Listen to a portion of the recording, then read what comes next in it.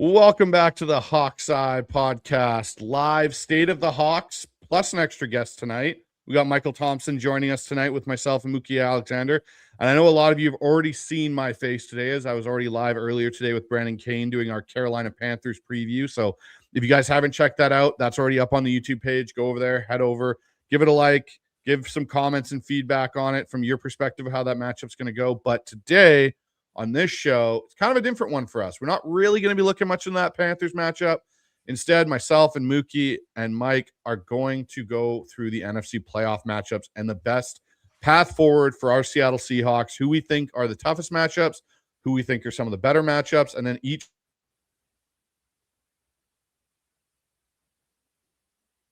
one of us is going to pick the Super Bowl in Santa Clara this year at Stadium. So I'll introduce them, but everyone knows them already. Mookie Alexander, managing field goal editor. We got Michael Thompson, also a field goal employee. So, guys, how were your holidays, first off? Mine was good. I mean, I got to rest and relax all of Christmas Day with the sole intention of gearing up for this home stretch of the Seahawks regular season. It doesn't feel so good to be talking about playoff scenarios about opponents instead of having to do convoluted strength of victory tiebreaker schedule breakdowns. This is way cooler. This is way easier to deal with.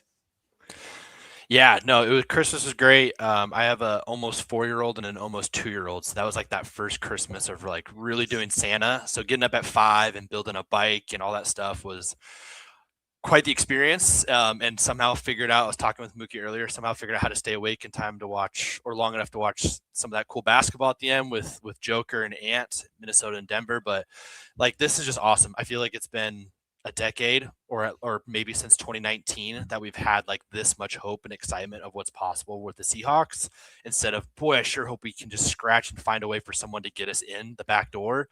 It's like, no, we're like literally leading the charge of one of the most impressive NFC standings years that I can remember in a long time. So I'm excited to talk about how we're going to get to the Super Bowl tonight. Yeah, it's going to be a fun conversation. And so if you guys haven't already, and anyone in the chat that's watching this isn't subscribed, like and subscribe to the channel. Helps me out, helps the algorithm. You can also head over to fieldgoals.com and check out Mookie's work, Michael's work, my work that's on there, and everyone else that contributes on that awesome website. And also, if you guys haven't noticed, in the top corner, there is a QR code now that you can scan. It'll take you to all of the Hawks Eye sites. So whether it's Spotify, whether it's my Twitter link, so you guys can get a look at messaging me on Twitter, or as well as my GoFundMe. So, guys, I've started a GoFundMe over there to help with travel costs and lodging for my trip to the 2026 Senior Bowl this year, which I will be covering live on location with the Hawks Eye podcast. I'll also be there with Brandon Kane and Dan Viens of Seahawks Forever. So, guys, if you can, I appreciate if you share it. If you can contribute in any way, that's fantastic. But other than that, I just appreciate all the hard work that you guys have put into supporting this great podcast and helping build this community. It's allowed me to get this off the ground in such a short period of time. So with all of that being said, let's get into the conversation right after this.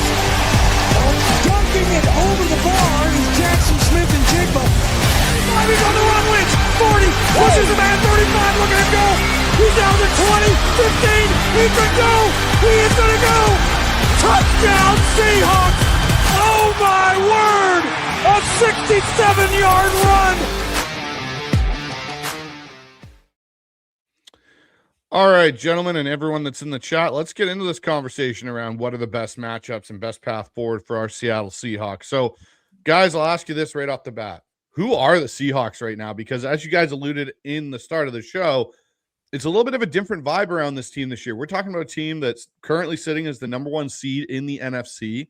They and I guess, well, in some respects, up until last night, they had the most wins in the NFL at 12 with the Broncos, and then the Broncos had to go and do their thing and beat up on Kansas City, which, I don't think anyone's too upset about. The Kansas City's not going to be in the playoffs this year. But the thing I'll ask you right off the top, guys, is this the most complete Seahawks team we have seen since the LOB era?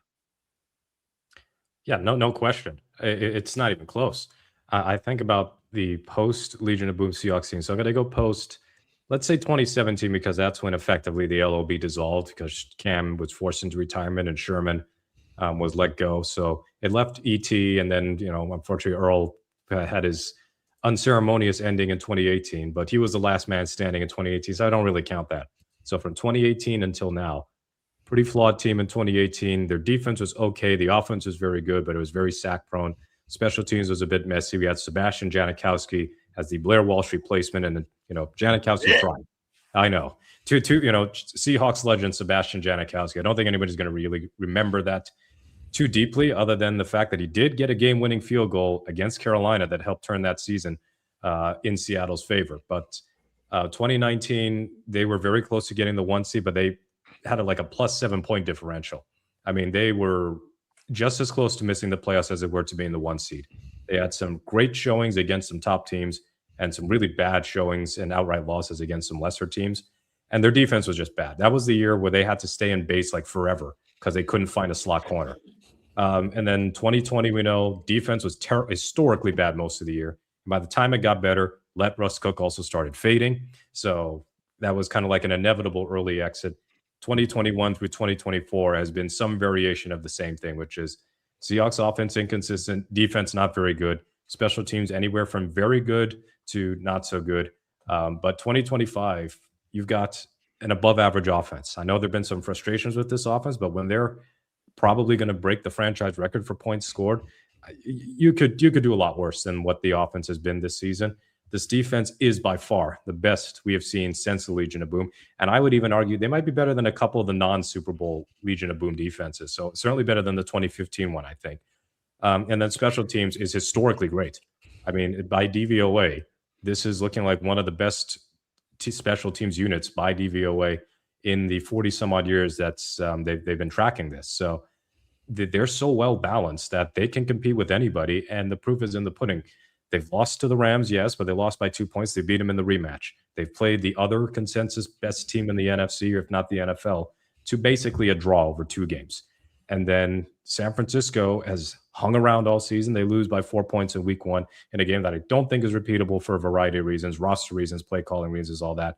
And then Tampa Bay is somehow, some way looking like the bad loss, which it didn't look like at the time. Baker Mayfield was getting MVP talk then, and that's gone by the wayside. But we have, I don't want to say an excuse built in, but because Tampa Bay had guys out, but Seattle had to adjust on the fly to losing 2-3 key defenders in the game, in addition to the fact that Witherspoon and Love were already out. So if they rematched, no doubt in my mind, Seattle would beat this version of Tampa Bay. So yes, they haven't played Denver. They haven't played any of the top AFC teams. Well, they played Jacksonville and beaten them. So that's kind of, to me, handedly, in my opinion. And yes, and they beat Houston. So when you think about it, think about all the good teams they're actually beating. That was my biggest gripe about some of the quote-unquote better Seahawks teams. Yeah, they were above 500. They were not beating contenders consistently. They've beaten Jacksonville. In fact, they're the only team to go to Jacksonville and beat them. So that's a big deal to me. So the fact that they're having good wins against solid opposition and they're beating a contender like the Rams, and they're not having these terrible losses to sub-500 teams, the stats back up what we're seeing on the field. They are a damn good team, great team, and 13-4, Bryce, looks like might have been an underestimation if they went out these last 2 weeks. It could potentially definitely be an underestimation. But I'll say this too, Mookie, when you talk about that Texans game and you think about that game in the cosm that it did happen, Seattle left points on the field in that game early where they could have really boat raced, I should say. Houston, boat roast works. It's still the same thing. And you would have run into a situation where, like, you're talking about these bad wins, and then you look where Houston's defense is now being regarded as one of the top units in the NFL. And Seattle, I think, at least left 14 points on the field that game. And that's something for me where I look at it and go, you talk about Jacksonville. A lot of analysts now are saying, is Jacksonville the best team on the AFC side? You got Houston going. There is Denver. I get that. There is also the Patriots. But for me with Denver, and, I just kind of look at it and go, Denver's got a very good defense, but their offense, we talk about ours having inconsistency issues. That offense has basically lived in inconsistency most of the season. I would be to say that I think Jacksonville or Houston might be the biggest threat on that side. I know New England's over there too, but New England's, I don't know about them yet. I'm still not sold on the New England factor yet in some aspects. But Mike, in your opinion, what side of the ball do you trust more in January? Is it the Seahawks defense? Is it their special teams unit? Or is it the Seahawks offense potentially to catch fire here down the stretch? I think it's hard not to believe in the defense right now. Especially if you're going to combine that with the special teams. Like, I think Mookie nailed it. Like, I think it's kind of up until Thursday night against the Rams. We were kind of waiting for maybe this, I don't want to say a Cinderella story, but maybe to be like, okay, this is part of the natural progression where you have to, basically bend the knee to everyone's proverbial Super Bowl favorite, the Rams. You're supposed to lose to them. You're supposed to win a wild card game on the road. You're supposed to, kind of like the 2012 Seahawks, right? You're a year before, you look like you're the best team coming up, but the Rams are the best team right now. And it looked that way, right? 30-14.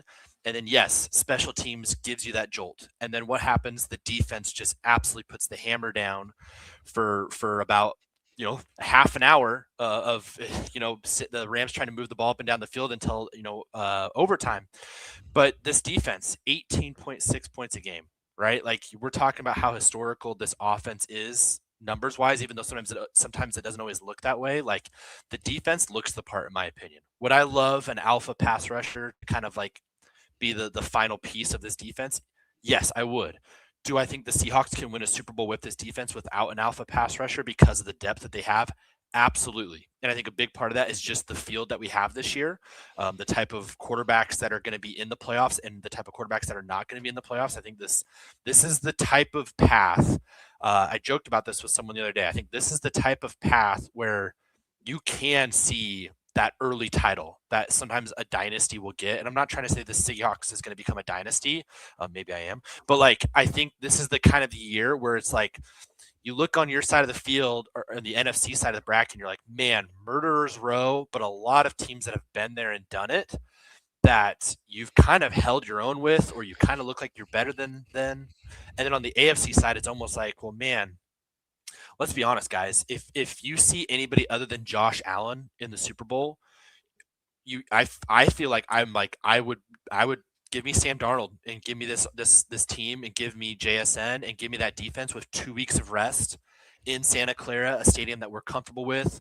Like, I would say, give me that. And even if it was to be, I know I'm jumping the shark here, but like, even if it was like Buffalo versus Seattle, everyone's going to be like it was last year, where it's like, well, Mahomes is on that side, but defense, Seattle. Offense as a whole, Seattle. Special teams, Seattle. But it's Josh Allen. Like, it's that kind of a conversation for 2 weeks. And I think that starts with the defense. And then like the huge hammer is just our special teams is incredible. We have the best dynamic kick return, punt returner in Rashid Shaheed this year that I saw it firsthand. He saved us against the Colts. He was the spark against the Falcons. He was the spark against the Rams. And we're not even talking about what he has on his like arsenal as a wide receiver. And then you bring in Jason Myers, that I believe he's 8 field goals away from breaking the NFL record or tying the NFL record for most field goals made in a season, which again, I think we would all wish there was more touchdowns than field goals, but that's still a testament to what you have on the special teams.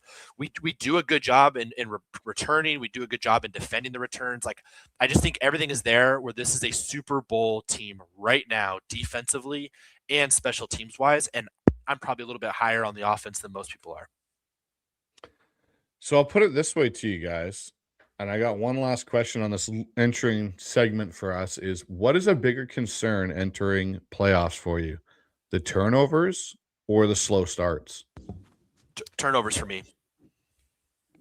Turnovers is what dooms you, and that's how you lose out. That's how you lose home playoff games. You turn the ball over. Yes, it's the turnovers because the slow starts, they've had fast starts. That's the thing. They were up by 1 million against the Saints. They had that humongous lead against Washington in the first half. What was it, like 31-7 at the half or something like that?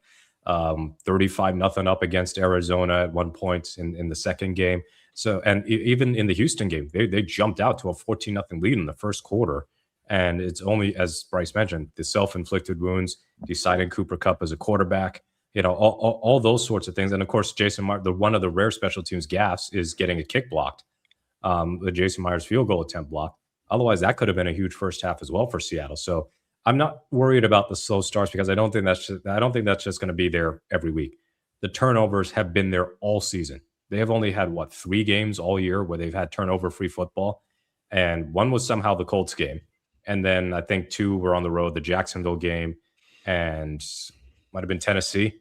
So they've been very prone to it's not just the turnovers, it's just how sloppy they are. They happen deep in their own territory repeatedly, and it gives the other team short fields. And you can't give teams extra possessions where the defense has to defend like 5 yards of field.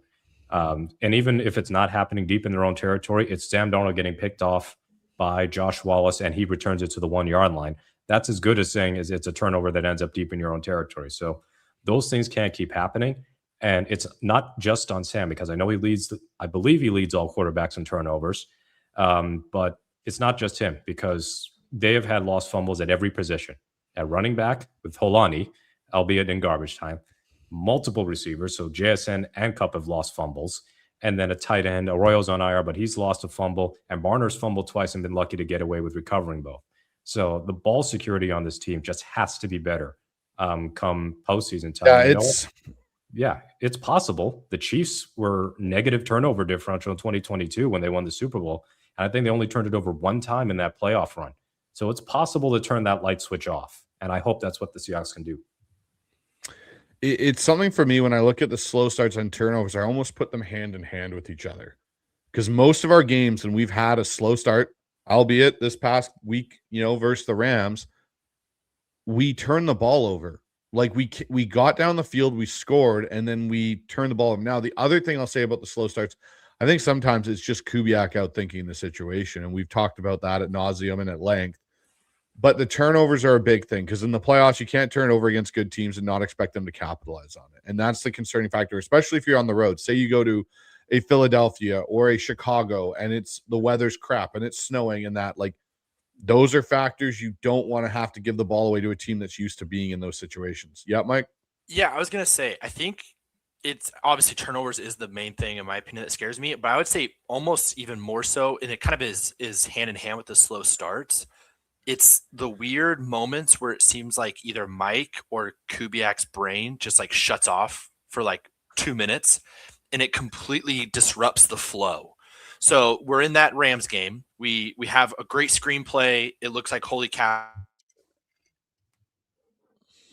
Like we just scored a touchdown, like it was down. They get a field goal. And then what was it? The first play, Charbonnet, 9 yards up the gut. Okay. Yeah. You're 2nd and 1. I think you're at the 40-something yard line. And then pass, 4th and 1. And I know Bryce has unfortunately heard me complain about this in almost every every single episode, talking about freaking give the Barnyard the ball. Okay. The Barnyard has had 10 snaps this year, and one time was a false start. Every other time they converted or got a touchdown or a first down, I believe is what they said on the Thursday night broadcast. Like he is 100% as long as he's able to snap the ball.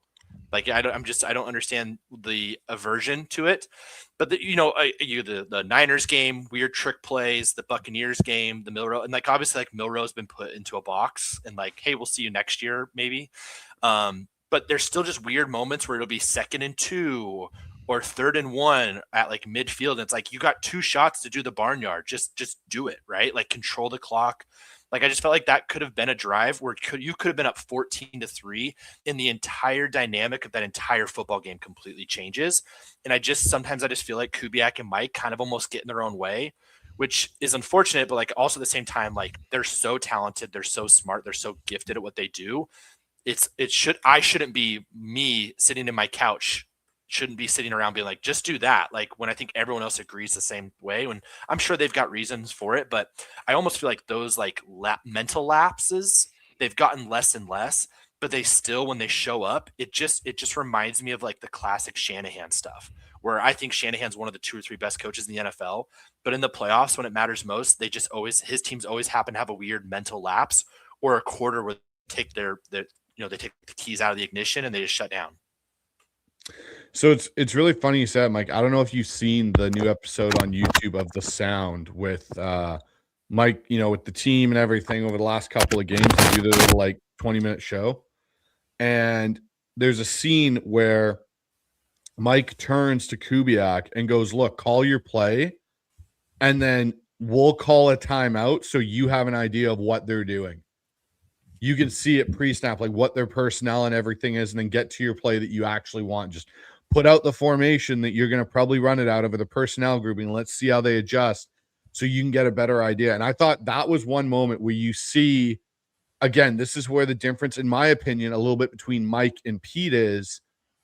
That's something where I look at that and go, that's thinking ahead of your opponent in a respectful way, going like, hey, look, I want to see what they're going to do. This is where maybe I hate to say it, Super Bowl 49, we should have taken that tactic of what are the New England Patriots going to do if we line up in this, rather than, hey, we're going to go do this and hope for the best kind of a situation, as we found out didn't work our way. But that's where you see a bit of, I think, Mike's brain working in overdrive in a good way of like, how am I going to outthink this coach on the other side? Show me what you're going to do, so then I have a better idea of what my counter is going to be. It was really fascinating to see, because that's something you don't get to see a lot of, is that. And he literally stands right beside Kubiak, and you hear him say, hey, look, we're going for 2. Come up with your 2 best plays. I'm going to call a timeout so you know what we're going to do.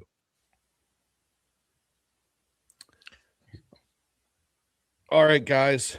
So let's talk about this landscape here. And it's a little bit of a funky one. So you've got obviously 3 teams out of the NFC West in Seahawks, Rams, and 49ers. You got 2 out of the North, Bears and Packers. You got 1 out of the East and the Eagles. And you're going to have 1 out of the NFC South with the Panthers and Buccaneers, because they're still fighting out that last spot there. So the number 1 seed, I'll talk about it this way. The number 1 seed does have a matter outside of just rest. Everyone thinks, okay, it's rest and it's home field advantage, which are great. But it also kind of gives you a bit of opponent control in a way of knowing you're going to get the worst seed all the way through in theory, which is a huge thing in some respects. So this is what I'll ask you right off the bat, and I'll start with you, Mike. Is the bye more valuable for rest or matchup control, in your opinion, for the Seahawks?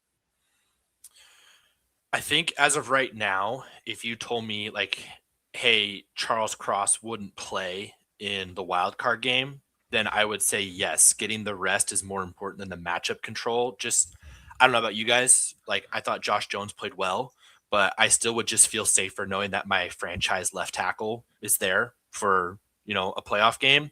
And also for Kobe Bryant, getting him back healthy, if that's even feasible. And then also with Torrey Horton. So like that is, it's hand in hand. But with such a premier position, I would go with the rest being more important. But man, it really is like the way the NFL does it. They want their top seeds to go to the Super Bowl. Like that's they created an extra playoff game, but what they really did is, and maybe the numbers don't back it up so far, but it really does feel like those higher seeds are more likely to advance, right?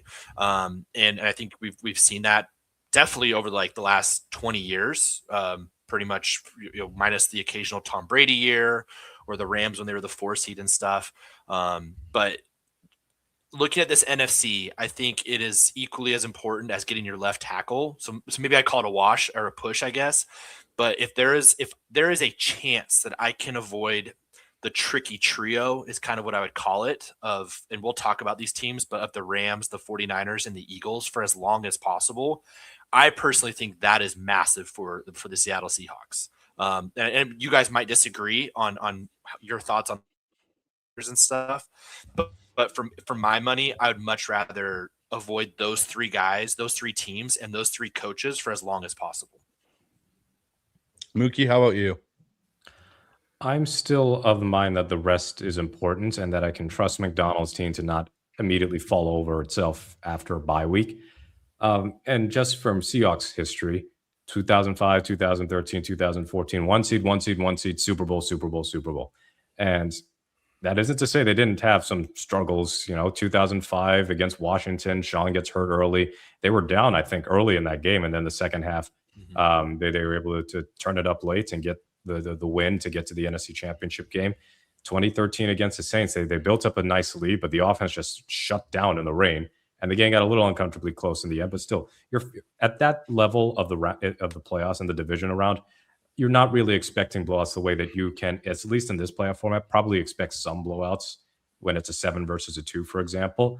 But under this new playoff format of 7 teams in 2020 to now, I believe only 2021 has not had a 1 seed in the Super Bowl. And that was the weird, like Tennessee was a 1 seed at 12-5, and they lost to Cincinnati. And who was it? Who was the 1 seed in that year in 2021? It was Green Bay against San Francisco. So it's kind of an odd situation, odd matchup, because the road teams won so many games that year in that postseason. But everybody else, there's been a 1 seed in the Super Bowl, either through the AFC or the NFC. So it's just, even before that playoff format, historically, you're going to get a 1 seed in there.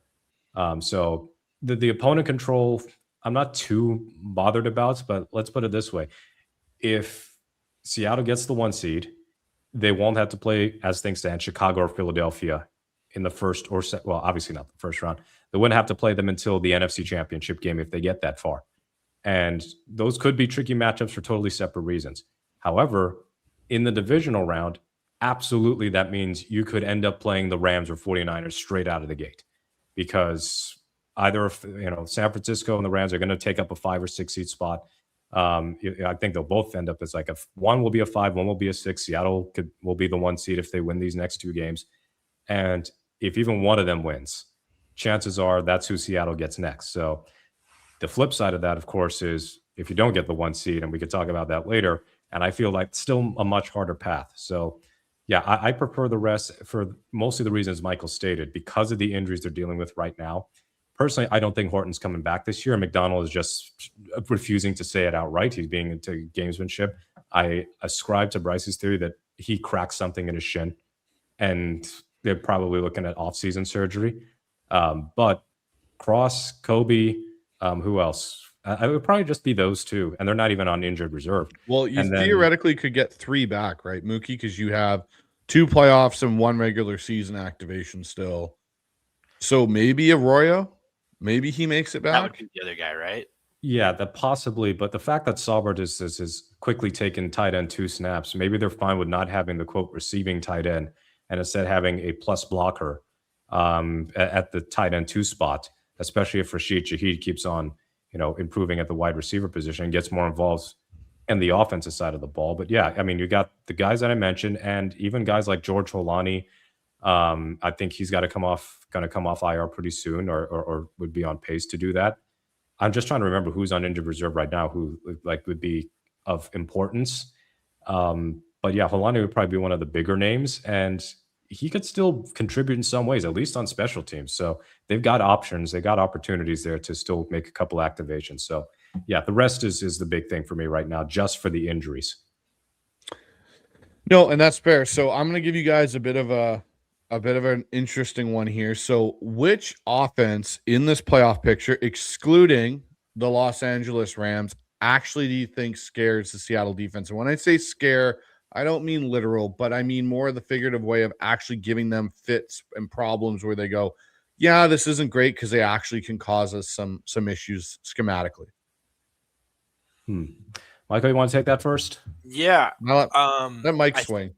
I think kind of just as like a fan, we just haven't seen McDonald versus Philadelphia yet. And so I do just kind of wonder what this team looks like against Saquon Barkley and Jalen Hurts.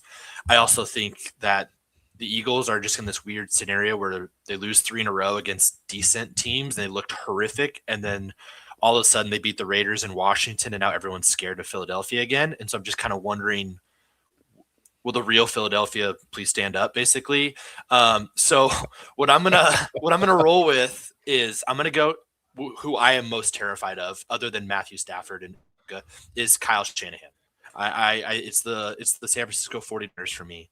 I think just Purdy has just shown an ability to maneuver like a wizard in the pocket against the Seahawks pass rush, even when he's hurt. Kittle has just been an absolute thorn in this franchise's side. Whenever he is healthy and able to go, it just doesn't matter who the coach is and what the scheme is. He just figures out a way. Now, I'm very, very excited to see potentially in the divisional round, Kittle actually getting to go a full game against Nick Emmanwori. People forget Emmanwori got hurt for 4 snaps into that game, and then Kittle scores a touchdown and then gets hurt like immediately right after that. And he missed, I think, 4 weeks. So that's that would probably be the matchup for me. But I just think the 49ers are playing that little bit of that desperate football where it's a little bit of FU energy where everyone gave up on them. And I think we kind of forget that I know some people have been trying to say this is like their take a step back year. I actually kind of disagreed. I think this is definitely one of their kind of the very end of this version of the 49ers of like, hey, we had to move on from some pieces, but this is still it. This is like one of our best shots to get a Super Bowl.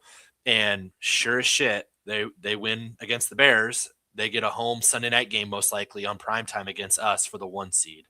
And I think that offense and the way it's playing, until I see us really beat Purdy, and I know we beat him last year in Santa Clara. I just think that the Niners are playing well right now. I really do. Mookie, what do you got? I'm going to go a little curveball. Philadelphia doesn't scare me at all offensively until that offensive line is whole. And even when they are whole, they're not the same as they were the last couple of seasons.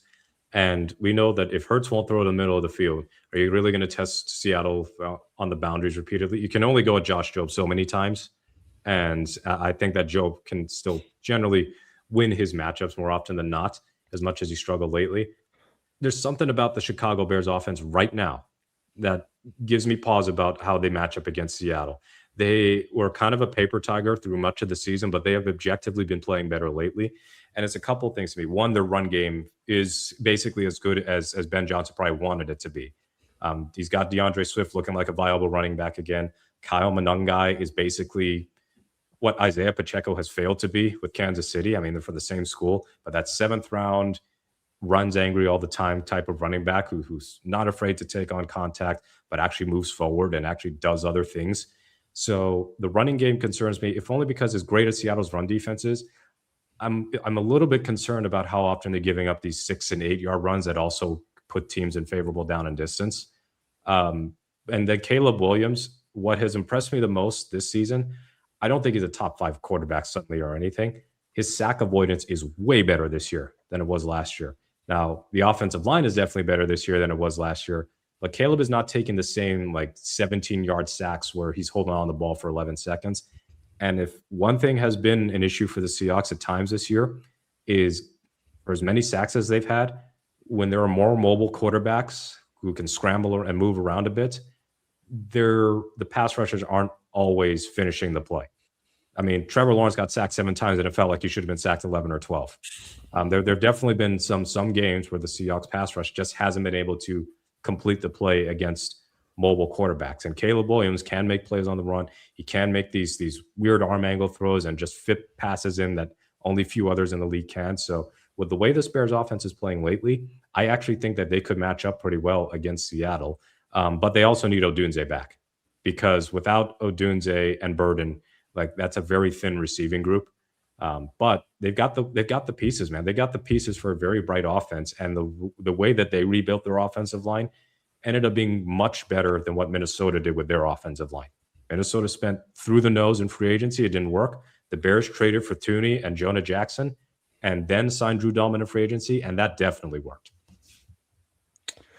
So it's really funny because I'm going to go with another team completely than the two of you. So this is great. I'm worried about the Packers offense. You still got that Sunday Night Football PTSD? If I'll be honest, because of how bad that truly was, like that was truly a manhandling. And I get, guys are in year 2. We have DeMarcus Lawrence on the line now, but we run a lot of the same guys back that got beaten up in that game at home, right? And so you're talking about a team that can come in and run the ball if they need to. If Josh Jacobs is healthy, that is a scary running attack because Jordan Love thrives off of play action. We talk about how it affects and makes Sam Darnold so successful. It does the exact same thing for Jordan Love. I know he's out and they got Malik Willison, but that Packers offense at full strength still scares me.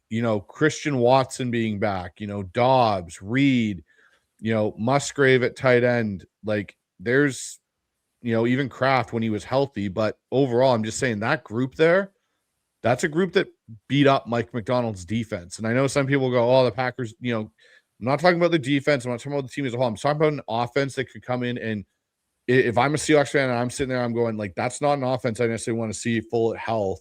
And I know our defense can play well, but it's still a good play caller in Matt LaFleur that knows the scheme, knows how to exploit certain things in it.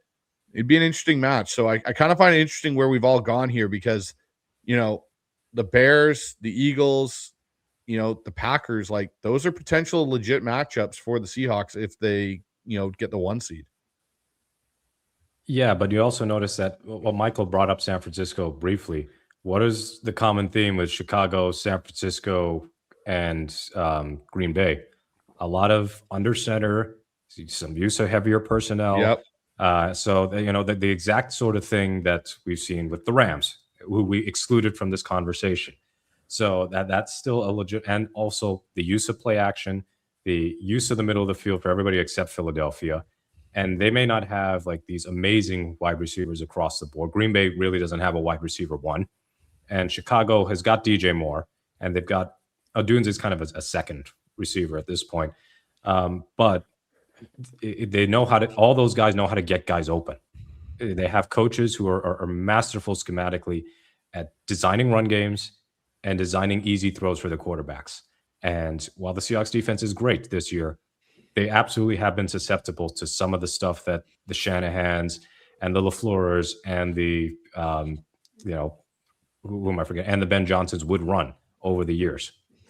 Yeah, so barring Todd Bowles and Tampa Bay flipping this around the last 2 weeks and making the playoffs, this is going to be one defensive coach against 6 offensive gurus, right? In their own way, shape, or form, whatever you think of Sirianni, from Sirianni all the way to McVay and in between. Like it's a bunch of dudes. Yep. A lot of guys that have coached games. Like it's a lot of experienced offensive playoff minds that have all experienced heartbreak. And then you have Sirianni and McVay that have experienced heartbreak and success at the highest level. And you have a coach that's never coached in a playoff game that might be having the 1 seed. It's just very unique to see. Like, again, it just feels like we're a year ahead, but shit, here we are. Like, might as well go for it, right? Mm-hmm. Exactly. So let's kind of talk up what are some of the best matchups for Seattle in this playoff structure. And we got a couple teams here. First team, let's talk about it. Carolina Panthers. So, this game for Seattle, I think in some respects that they're about to play on Sunday could be a playoff preview if the Panthers can get through round 1 of the wild card potentially. I'll ask you this. For you guys, what about Carolina do you like Seattle's matchup for? Like what on their side do they struggle with that you think Seattle can really take advantage of? Pass rush. As in Carolina's the same thing. Carolina, if not for Derek Brown and the interior, they just got nothing on the edge. And I think their front seven as a whole, with outside of Derek Brown, is not strong. And that to me alleviates the pressure off of Seattle and some of the teams that they've been facing, whether it's Minnesota or the Rams or the list goes on and on in terms of tougher games. Houston, for example. But yeah, Carolina's defense is opportunistic, but not very good. I'd say the secondary is probably their strength, and that's really limited to the corners because their safety play has just not been consistent at all. So I think the offense matches favorably against Carolina's defense. And to me, that would be enough for Seattle to see that as a favorable matchup. And don't forget, yes, it could be a divisional round preview if Carolina wins the division, wins the wild card. But there is also that worst case scenario chance that Seattle's back in Charlotte in a couple of weeks. Yep. So that's kind of the interesting dynamic of this matchup. And for Carolina, there's a lot less pressure on them this weekend than there is on Seattle. If Carolina had lost to Tampa last week, they could be eliminated this Sunday. And instead, Carolina can lose this game by 100 points, and they know all they have to do next week is beat Tampa again. Whereas the best case scenario for them, they beat Seattle, Tampa loses to Miami, they're division champs. So there's way more pressure on Seattle in this game to stay on top of the conference and the division than there is on Carolina to really do anything this weekend. To be honest, Mookie, that's something I'm actually thinking is a good thing for Seattle, to have that pressure on them. For, some people have talked about it being a trap game this week and maybe Seattle's a bit slow. This actually, I think, adds that refocus they need after, hey, we got Christmas off. We got that mini bye week because we played on Thursday. You nailed Hey, it. you guys have a lot to play for in this game. This isn't let this one slip. It's all good. We got the 49ers next week to make it right. Like, if you let this slip, you could kiss your number one seed goodbye just like that. And so I think that might be a good thing for this team to have that pressure on them to go out and keep playing like it's playoff football. And I also think, like, an interesting thing that maybe this doesn't mean a lot. I like that we're playing alone at 10 a.m. with no Rams, no 49ers game. It's one of those things where it's like the 3-point shooting competition. If anybody actually still watches the NBA All-Star game, like, you kind of always want to go first because there is no number in your head that you're chasing. You get to set the tone, like, you get to set the score. And I almost feel like there's no score we're watching. It's just, hey, 10 a.m. Let's take care of business on the road. We're 10 a.m. Warriors. Let's get the win. And then the 49ers on Sunday night have to be thinking like, oh, well, we have to beat the Bears, which I know they're focused on the Bears, but like, it just adds a little bit of like that. There's no weight to it for the Seahawks other than we just need to win. We need to win because the Rams and the Niners won. And then it just kind of adds, and then it adds to the Rams, which, again, I don't think anybody thinks the Rams are going to lose to Atlanta, but it's something that the Rams have to wake up on Monday and be like, well, shit, the Seahawks won, the 49ers won. Like, we can't screw around. It's just a little bit of something extra that I don't know. Maybe if it's less than 1%, but if it is 1%, I'll take it. Right. And then talking with Mookie was saying, I agree. It is the pass rush. So another thing that I will say is that the Seahawks get to play against Bryce Young. And as Bryce knows, I'm probably the biggest anti-Bryce Young guy out there. And I did tweet just a little bit, Mike. I did tweet like an apology to Bryce Young and a thank you for him beating the Rams.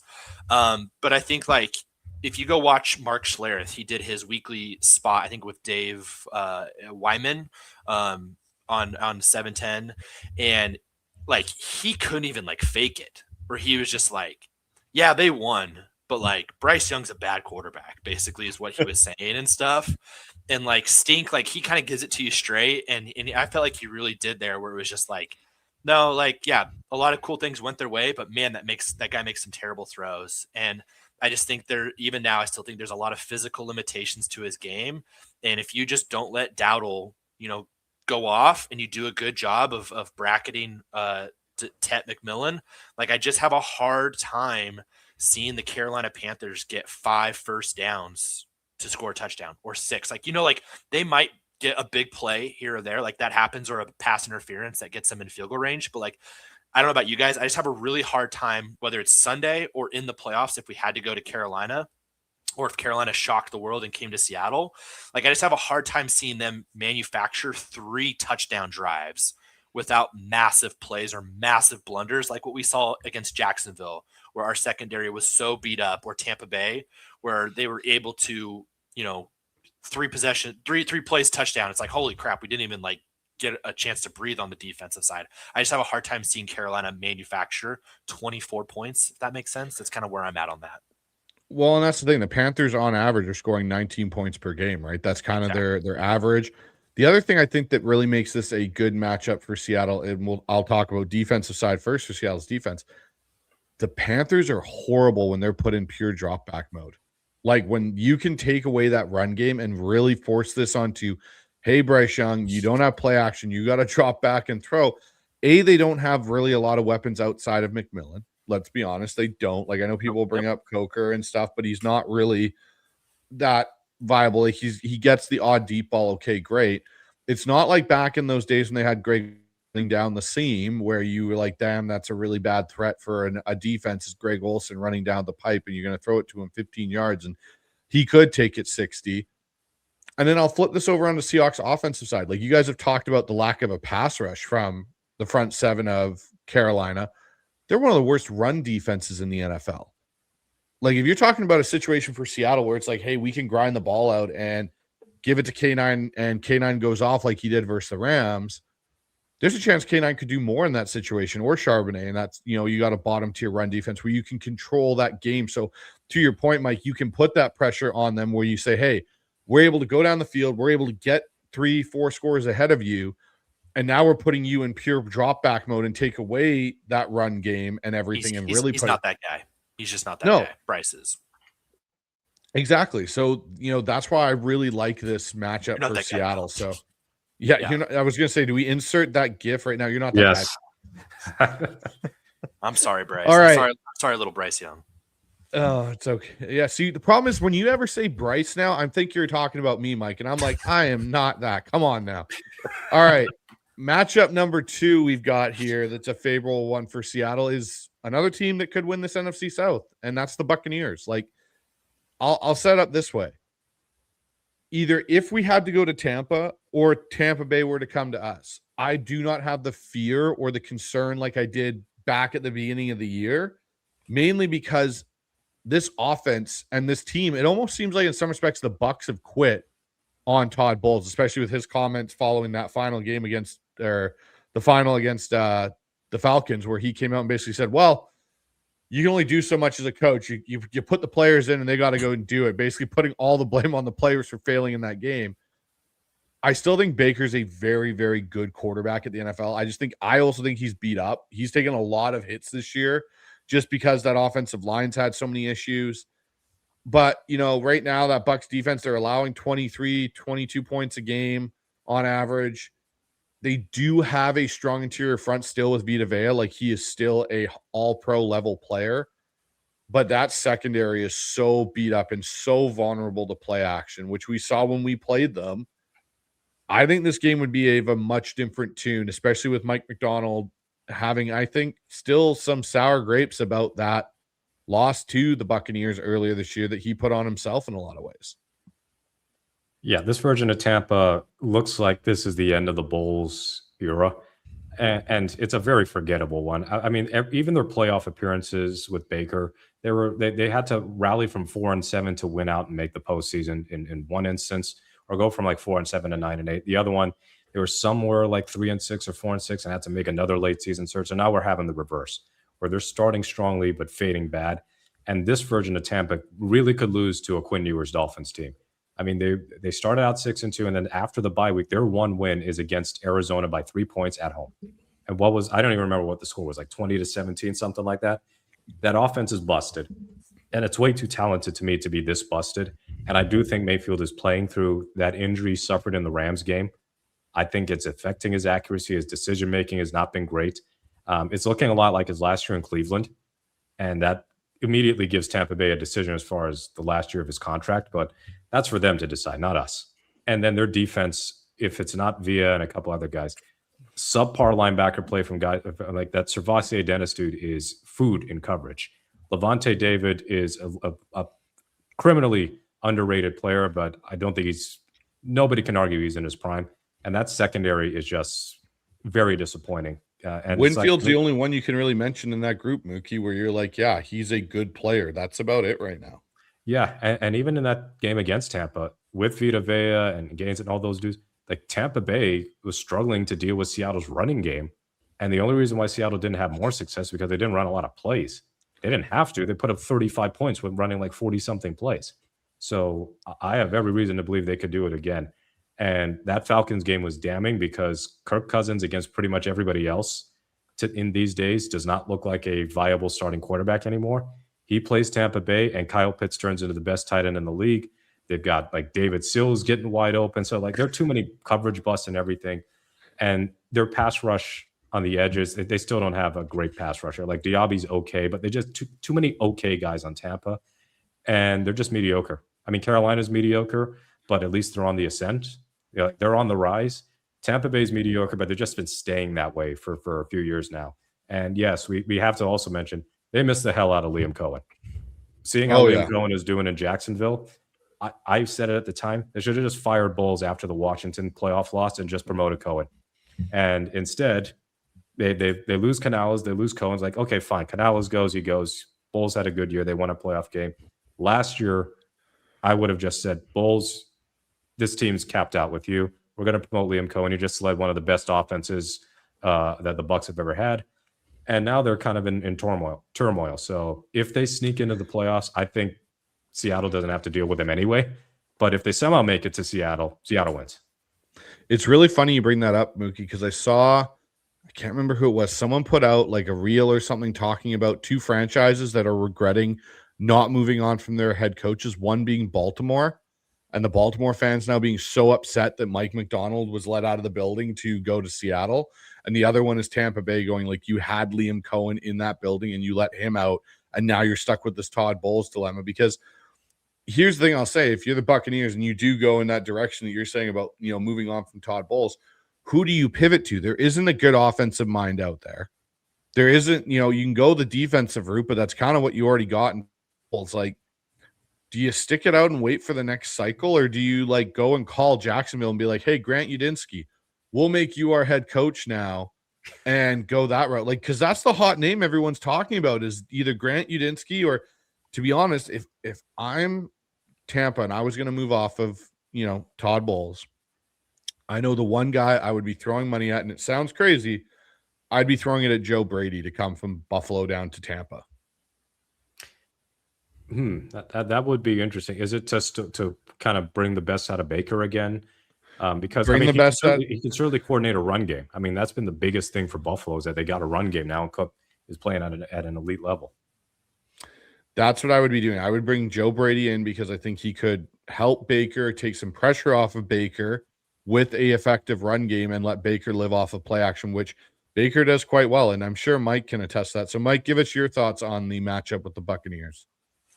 Yeah, if they fire Bowles, I'm just saying don't be surprised if a certain coach in Los Angeles decides to get out of town before things get bad in Southern Cal and go to Tampa Bay to reunite with his buddy Baker. Oh, gosh. Don't tell me you're trying to spin the Lincoln Riley crud. Oh, I'm just saying. He's, he likes to jump ship sometimes. Anyways, Tampa Bay. I think that is a completely different team than the classic shootout that we saw earlier this year. Which, side note, I think you can make a case Seattle might have two of like the three best games in the NFL this year. The Tampa Bay game is still an absolute like joy to watch, even though the ending sucked. And then obviously the Rams game. But I think Tampa Bay is at this point where you just look at both sides and it's like, we're a different team now. I think Seattle just has a talent advantage. And I think there is a noticeable, massive speed advantage. And I think there's also a physicality advantage. And I think sometimes a little bit of that is just effort. That's effort and energy. Then those are things that you can't always teach and you just got to have. And I think right now the Seahawks have that. And I think Tampa Bay, and that might just be because of Bowles and just the way things are going. I think if Tampa Bay got in, and let's say worst case scenario, Seattle's the 5 seed and they had to go to Tampa Bay, I think you're looking at a very similar scenario as what was Tom Brady's last game. You had a hungry Dallas Cowboys team that almost beat the 49ers to go to the NFC Championship that year, and they went to Tampa Bay before San Francisco, and they just beat the crap out of Tom Brady in Tampa Bay. And they looked bigger, faster, and stronger. And I think right now Seattle has just definitely like evolved to that point where I would, if we played Carolina in the playoffs, I would say that's a 31-13 type of game. And if it was Tampa, I would say it's probably 31-10, maybe 31-17 if I want to give a little bit of credit to Baker. But that's not the same Baker Mayfield that got his shoulder something off, dislodged, cracked, hurt, whatever he did against the Rams. He is not the same, and neither are the Buccaneers. All right, guys, let's move along here to the Packers. So I put the Packers in one of the best matchups for Seattle. I know I mentioned I don't like their offense versus our defense, but with that being said, they're missing their stud on defense in Micah Parsons. You've got, for Seattle, you got one of the – now, this is where it gets interesting. Packers are allowing 21, 22 points a game. They have a top 10 pass defense and a bend but don't break kind of defense when Micah Parsons was there. Part of that was the pass rush. I bet you that pass defense now dropped significantly, and we'll see that. And we saw it a bit in that Bears game due to the Micah Parsons absence. You talk about Seattle's defense versus the Packers offense. You know, they have a pretty efficient pass offense. Their run identity, though, has been pretty inconsistent this year, even with a healthy Josh Jacobs. So, you know, when you guys look at this, how do you feel about this matchup? If it was, I'll give you the first. If it's in Seattle or if it was in Lambeau, which one do you guys prefer? Like, which one scares you more? If it's in Lambeau, just let's talk about the draft, because that's just a cursed field. They have won there one time, and I was 6 years old. I wasn't even a Seahawks fan at the time. It was like the Holmgren return to Green Bay. That's it. That's as close as Seattle's gotten to, or has ever won at Lambeau, I believe. I believe their other wins in Green Bay were at the old Milwaukee Stadium. So, hold on. Did they not? Now, are we talking playoff wins only, Mookie? You're just talking regular season wins. Regular season or playoff? I think they've beaten. 05. Oh, no, they lost that game. No, we lost. We pulled our starters. Did they lose that game? I thought they beat. No. Oh, no. Sean got his record, but they still lost the game. Sean got his record on like the first or second drive of the game, and then Holmgren's like, get out, Seneca, get in there. The Packers are like 4-12 that year. So if they had played their starters, they would have won, no doubt. But because that happened to be the meaningless game, there was no reason to really push the issue. For some reason, I thought they won that game. Kind of interesting. I'll come back to the Packers. Seattle's the most wins in franchise history is 13, if I'm correct, regular season wins. And because they did not keep their starters in that game, the Seahawks should have gone 1-2 to 14-2. That should have been a 13-game winning streak into the playoffs. Yeah. And now Seattle can win our next two games, and we'll set a franchise record. But again, with the extra game kind of helps it and stuff. But no, I agree. Like, you go to Lambeau, that's where hopes and dreams for Seattle Seahawks fans go to die. Like, whatever the 49ers do in Green Bay, I would just want Seattle to do that. But like, let's be realistic. A lot of bad things have happened to the Seahawks here. And of course, my least favorite memory is not we want the ball, we're going to score. It's being up 14-0 at that place off of two Ryan Grant fumbles. And then Brian Russell, and I love Jordan Babineau, but like that was some of the worst safety play ever in NFL history. They were so bad in that game. Now, hold on. Was it Babs back there? I thought Babs was in the nickel, and it was Deion Grant running there with. I was going to say, like, I mean, the safeties play was bad. Kelly Jennings, as usual, falling and not knowing where the ball was. I mean, they were dreadful. 14-0 turned into a 42-20 blowout. So I don't think did the Seahawks score again after the first two touchdowns? I think they lost 42-14. If I remember, no, they kicked 2 field goals, then the snowstorm happened. Okay. And if they had won that game, they would have hosted the NFC Championship against the Giants. So funny story. 15 minutes before kickoff, I was fortunate enough. My first Seahawks game, one of the first Seahawks games I got to go to was Carolina NFC Championship game. That was like all-time moment as a kid. That year, my parents, 15 minutes before the game, my dad says, "Hey, I got us tickets if the Seahawks," because I can't remember. I think the one seeds played on Saturdays back then. And so the Cowboys had already lost to the Giants. And so we like knew, holy crap, we're going to host the NFC Championship game against freaking Eli Manning if the Seahawks won. And so I knew that we were going to go and sit in the Hawks nest if we won. And then literally 2 minutes into the game, it's 14-0. And I'm like, oh my gosh, I'm going to get to go see the NFC Championship again. And then 5 minutes later, it was 14-14. And I was like, oh, Ryan Grant can run in the snow and the Seahawks can't walk in the snow. This is bad. Yeah, and Favre did now, here's a fun thing. Throwing snowballs and the last little trivia piece of this. Can you name the Seahawks tight end from that game? Is it Marcus Pollard? It is Marcus fumbling, Pollard. And that basically ended the game as a contest there. Anyway, we got sidetracked in our little bit of misery history. But if it's at home, like Green Bay's defense without Micah Parsons, you want to talk about pass rush. They ain't got another pass rusher. Like Lucas Van Ness is looking like a bust. Rashawn Gary, I don't know what happened to him. That dude he's just kind of there. He's just jogging around. He's not running like actual pass rushing reps at this point. And then they not having Parsons exposes their lack of cornerback depth. Nate Hobbs ended up being a bit of a bust of a signing. And Keyshawn Nixon is their number one corner. And he went from kick returner to like their best corner. And he's the one who basically blew the Bears game by they go on a cover 0 blitz and he completely mixes up his assignment. He end up with a tying touchdown. So the Packers defense without Parsons is anywhere from average to below average, and I think Seattle's offense can take advantage of that. So that's why I'd say Seattle would have a favorable matchup against Green Bay, only if it's in Seattle. Because if it's in Green Bay, Van Ness is going to turn into like the best pass rusher we've ever seen, and it's going to be a total mess of a game. All right, gentlemen. Well, let's move this over to the toughest matchups that the Seahawks could pull, whether it's divisional round, wild card round, or so on. And I think you know who the first one's going to be. The Rams. The Lambs. That is the toughest matchup for this team in the playoffs. It's not even debatable. Like there's nothing more we can really add. So, tell me, is this hyperbole? Is this 2025 Rams Seahawks? Is this the closest that you guys can remember? And I know we're biased because we're Seahawks fans. Is this the closest you guys can remember to one conference having the two alphas? Since the Rams Seahawks 49er, or sorry, since the Seahawks 49ers Super Bowl 2013 to go play the Broncos. I know the Broncos had a lot of like the publicity because of the offense, but there was no Von Miller. That defense was bad. That special teams was not good. Like I felt pretty confident we were going to beat the Broncos.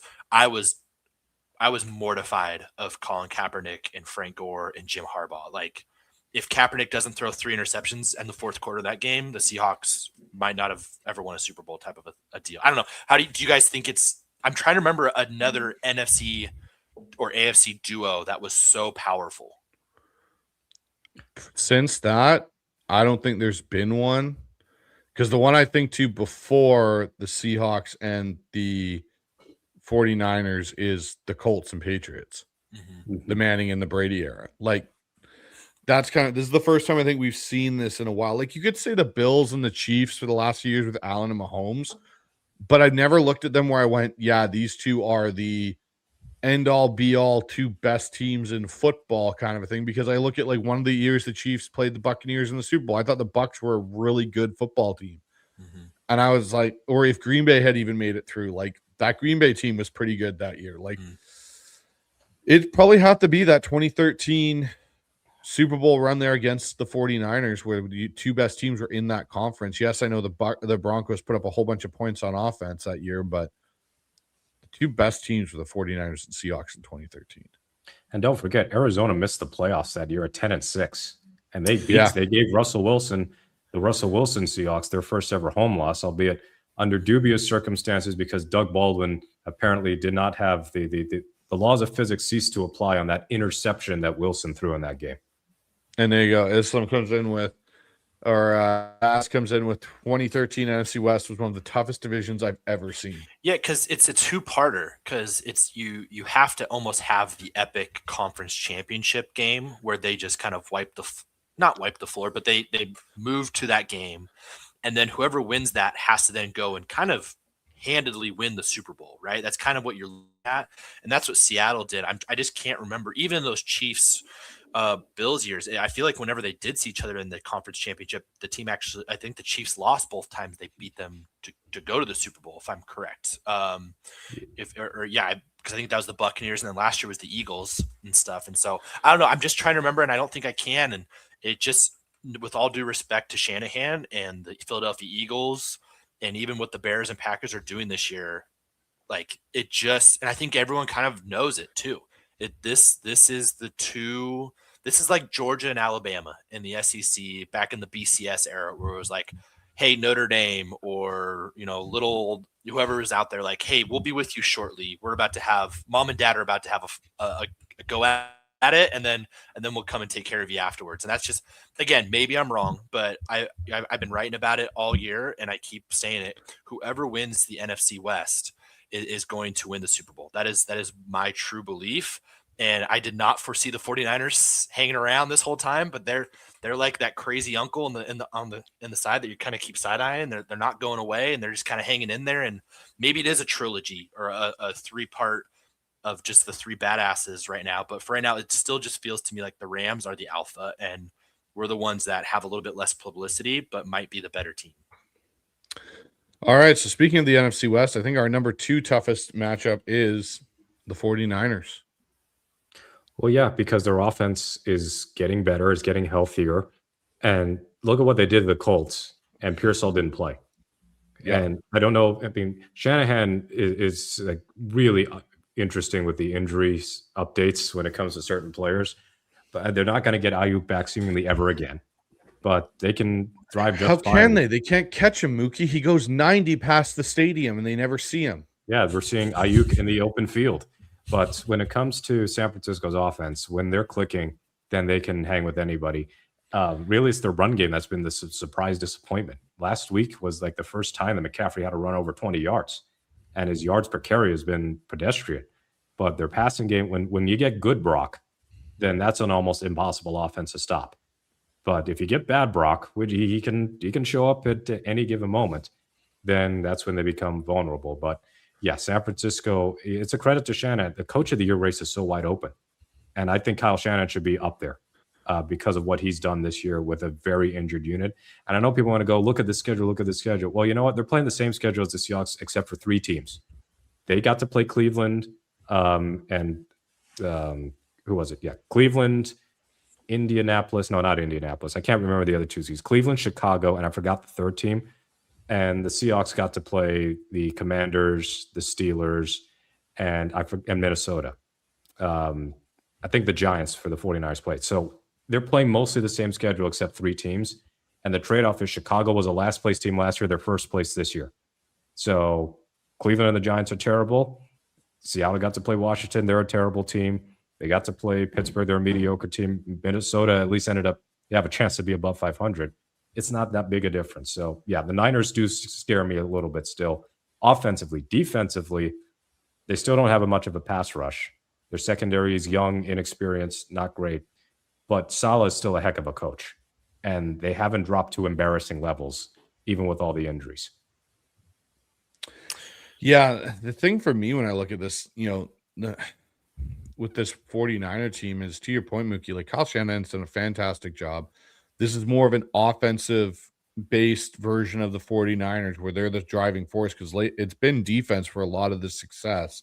Is the defense has been one of the better units in football. I got to give Robert Saleh his due, too, with essentially no pass rush anymore and no star middle linebacker. He's basically created a Frankenstein monster of a defense to kind of, and I don't mean it as they're a scary defense to play, but like you've got something that actually functions as a defense and can still help you win football games. When you look at the 49ers, I think it's very interesting what we'll see on Sunday night, right? Like, and that's with another team that we're going to talk about here in a minute is that Bears 49ers game is absolutely fascinating to me. Like that is 2 teams that I think have equal believers as much as non-believers. And we're going to see what that looks like. And then you look at this 49ers team, like everyone's talking about, oh, like they're going to get to play 5 games in a row at home. Like that's cool. They're looking down the barrel of like Bears, Seahawks, potentially, let's say they lose one of those games. And then they have Philly, most likely, right? That's probably what we're looking at if they're the 6th seed. And then Seahawks again or Rams. Like that is a brutal 4-game stretch. And that goes back to, again, to our conversation earlier of that's why you want the 1 seed. It's as much as it is you getting healthy and getting rest, you're forcing the 49ers, you're forcing the Rams, you're forcing the Eagles, you're forcing one of those to possibly have to beat the other 2 just to like get to a point where they have to beat you. If the cards fall your way, right? And we'll talk about that with the Bears and the Packers side of it. But like, if any of those matchups, Niners, Eagles, Eagles, Rams, like that's going to be an absolute brawl. That's going to be an absolute bloodbath. And their reward is then they have to come to Seattle on a Saturday night game is probably what it's going to end up being, right? Like, so that's it. I think that's just a lot to wear and ask of them. Now, as a Seahawks fan that has a lot of 49ers in Seattle PTSD, I've been to the last, was it 2022, 3, 4, and then I chose not to go this year. I'm sick of watching the 49ers come to Seattle and beat us. It has been a long time. And that's kind of what I'm nervous about is Seattle might have to beat the 49ers 2 times in 3 weeks. And that just seems like a very tall task for a franchise that has been our big brother since, 2019. They've kind of been our big brother pretty consistently, I should say. And so that's just like a thought of like, man, like, ugh. Not like, but again, it kind of goes back to that thought, man, if we can go into Santa Clara and beat them there and win the division and win the 1 seed, maybe that's like that monkey off the back, Steve Young style. But again, it's like, oh, your reward is 2 weeks later. You might have to go play a pissed off 49ers team. So the one thing I'll say about the monkey off the back, I think with winning in Santa Clara, that got done last year in a way. The way that they beat the Niners in there with Geno running it in, and winning that game in Santa Clara, I think that was kind of a little bit of a, hey, we can do this here if we band together and kind of get it done. But I also think though. Yeah, that's fair enough, Kubiak. But and that's where his mentor is. That's kind of where my thought is, where the monkey is off the back for he has to prove it. I think he did in a little bit in this Rams game too. Like he got back in the fourth quarter to what we do right. And I think that's the biggest thing for him. I think he's going to have a very interesting offseason though. And I spoke at that at length with Dan on our Hawks film lab about, my thoughts on Kubiak and where his growth and evolution needs to take place. But I think in some respects, we talk about the 49ers being pissed off. I think Seattle's been carrying that opening day loss with them all season long, that they knew that was a game they should, like you were talking about the bad loss, Mookie. I know that the 49ers only have 4 losses, but that to me still feels like the bad loss on the season was that game 1 loss to the Niners. Yeah, because who you lose to matters in the tiebreaker race. And the reason why we're all sweating this out right now, even at 12-3, Seattle has tiebreakers on practically nobody right now. They don't have a tiebreaker on Chicago if it comes to them having the same record for a 1 seed. They don't have a divisional tiebreaker on the Rams or the 49ers. So I think the Rams, it might be a common games thing, but still, it's a very different feeling if they had lost to Jacksonville, if they lost to nothing but AFC teams. Say they beat San Francisco, but they lose to Pittsburgh, and they lose to Jacksonville, and they lose to Houston, but they beat everybody else. They probably would just have to win this game, and they would be home free. But instead, this would be the 1 seed clincher this Sunday.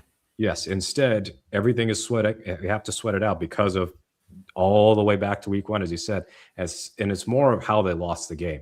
It's the turnovers late. It's Reek in his bad phase, having just absolutely zero ball skills suddenly, and just blowing so many opportunities to kind of extend the lead when Purdy was trying to hand the game to the Seahawks. And as Amy said, that was a terrible Clint Kubiak game. That was the one where we all looked at each other, and I know Mookie, yourself, me, Dan, Brandon, we had all been at camp, and we kind of went, that ain't the offense that we saw at camp. What was that? Where is Ryan Grubb? Is he in the Seahawks booth right now calling plays? What has occurred with our offense? Yep. Was it one play pass? One play action pass that, and then we had the weird Milrow play. That was the start of the weird Milrow experiment at that point. We would be 14-1 or 14-2. Yeah. With a win on Sunday. Oh, yeah. But we'd be with a win on Sunday, we'd be 14-2, and we would have a 2-week bye. Yeah, because they would rest guys in week 18. And unfortunately, the way it works, it's almost impossible for them to not have something on the line in week 18. Either they've clinched the division and they have to fend off Chicago for the 1 seed, or they haven't clinched the division and this is for all the marbles. Mm-hmm. Yeah. Speaking of Chicago, let's talk about these Bears and why they pose a tough matchup for the Hawks. So, Mookie, I'll let you kind of go first here. What about the Bears gives you kind of pause going into a playoff matchup with them? So I already mentioned my concerns about the Bears offense. And those are words that have probably been said only like 5 times since color television was invented. But the Bears defense, they might not be an amazing unit in terms of elite pass rush, elite secondary, all that. Guess which team leads the league in takeaways? Chicago Bears. They got 31 takeaways. Guess which team is near the top in giveaways? The Seattle Seahawks. Not a whole lot of math really involved to figure out what my issue is in a potential Bears-Seahawks matchup. And Kevin Byard kind of was a castaway a bit after all those great years in Tennessee. He's revived his career in Chicago. And he's been a good veteran presence with ball skills and everything. And I think he's got like 5 or 6 picks on the year. And then you've got some good linebacker play between Edmonds and Edwards. And you still got to deal with Montez Sweat up front. So they might not be a top 3 unit outside of the turnovers because the turnovers are doing a lot of heavy lifting. But Dennis Allen is a good defensive coordinator, maybe a terrible head coach, but as a defensive coordinator, he usually produces good teams, a good defensive unit. So, yeah, that would be a difficult matchup. It'd be even more difficult if for some reason that game is in Chicago and you're almost certainly dealing with frigid elements and the high potential for frigid elements leading to ball security issues. All right. We're going to go off and move on to the Eagles because I think we've talked that one through. So, Mike, I'll give this one to you. What about the Eagles? Because you brought them up. What scares you the most about playing the Eagles? I think it's just the potential, right? We've seen it before with them. And now I think there's a very clear history that also shows the Eagles in the years after their Super Bowls, whether it's a win or a loss, they usually don't look as good. That is true. They usually find a way to get into the playoffs. That's true this year. And then they run into a good team and they get blasted or get knocked out really quick. That has also been proven true for the most part during this half decade plus run that they've been on and stuff. And so for me, it's just, again, mobile quarterbacks tend to spook me a little bit with this pass rush and this defense that Mike Macdonald has. And I think Jalen Hurts is a different version than like the Russell Wilson-esque ability that Caleb Williams has, but that's not to knock what Jalen Hurts can do. Jalen Hurts can still go run and get that first down. He can still run a guy over. He can still go get 15, 17-yard, quarterback explosive runs, so to speak. And then it just goes back to, again, like we just haven't seen Saquon Barkley against this defense. And I'm just very curious what that would look like in that scenario. And it's one of those things where I could see the Eagles being like, hey, we're not as good as Seattle, but we watched what the Rams did in that first half against the Seattle Seahawks, where they were aggressive on short yardage plays or goal to go. Like, I think Sirianni would be like, hey, we're the defending champs. If we're close at halftime, this stadium will start to feel itself a little bit, right? In Seattle. And I think if that game's in the link, that's just a hostile place to play.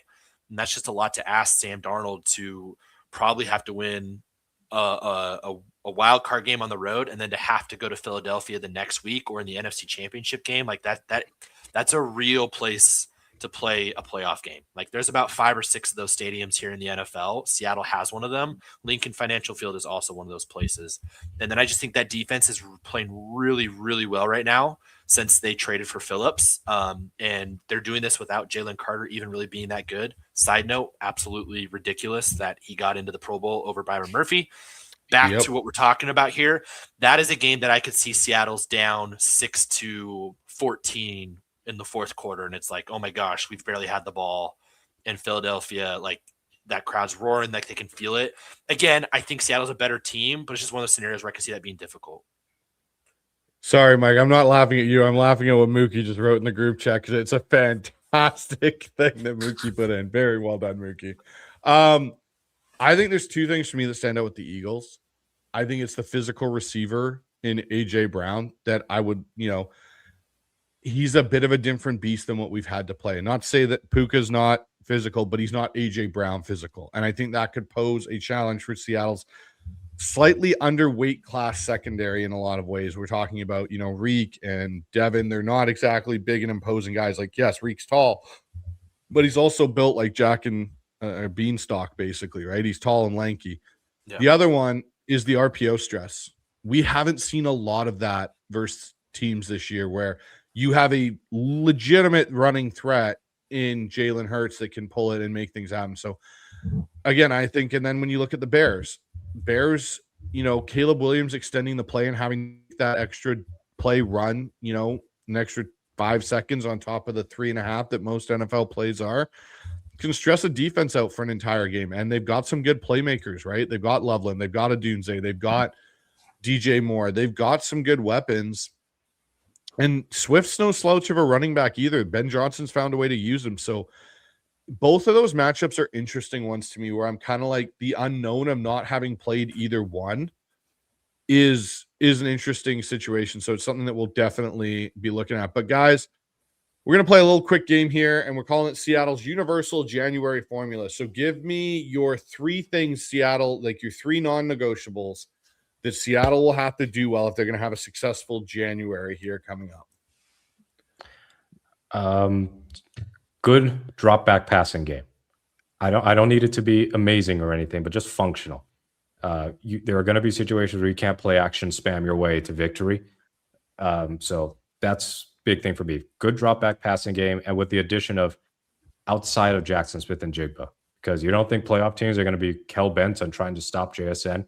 So those other guys are going to have to step up, and Kubiak is going to have to find ways to get the others involved. Shaq on Inside the NBA always loves talking about the others. Well, this is me going the same way. The second bit would be no defensive breakdowns in terms like we saw in this Rams game. So a non-negotiable to me would be some of these secondary coverage busts that were so uncharacteristic throughout the season. But now you play an elite offense and not Max Brosmer, and suddenly you got miscommunications all over the joint and some guys losing one-on-one matchups. Like, I'm not going to ding Josh Joe because he can't defend Puka Nacua, but that's also a situation where Mike's got to get Josh off of him and play Reek more. And so, like, the coverage breakdowns have got to resolve itself pretty quickly because, as Michael noted, and I never thought of it this way, they're going to be playing that entire NFC playoff field has got offensive-minded coaches, and many of whom know how to get guys open and run sorts of misdirections that have given Seattle problems in the past. And then the third one, somebody, John, go and run the damn ball. Well, I think they can get away with not having a great running game in the playoffs. It is matchup dependent, but the turnovers is a non-negotiable. That will kill you. I know that they can get away with it sometimes, like in a certain NFC Championship game against Green Bay, but that is such a low probability outcome that you're expecting multiple times over. You turned it over 4 times like you did against Houston, but in the playoffs against pretty much any of the other teams in the NFC, and you are packing your bags, and the fans at Lumen Field might be leaving disappointed. So cut the turnovers out. All right, Mike, give me your 3 non-negotiables. Mookie had some good ones. I'm going to try and stay away from them. So my first one is, like, the special teams, the special advantage you have needs to hold up. Like, you have unequivocally the best special teams unit in the NFL, and that's the type of stuff that usually can, when you have it, the playoffs do a good job of what you kind of have figured out a way to luck your way into. That luck kind of always seems to disappear when you need it most in the playoffs. And maybe that's why I'm not super high on the Bears with just a lot of their close wins and last second, wins and stuff like that. And then it always exposes your warts, right? And so that's where I just feel like if we had to play the Rams again, like, until they can figure out their special teams problems, I think that's just a massive advantage that might even be worth anywhere from 6 to 10 points for the Seattle Seahawks. I really do. And in that game, they missed a field goal. We had a punt return for a touchdown, 10-point swing in a game that we won barely, right?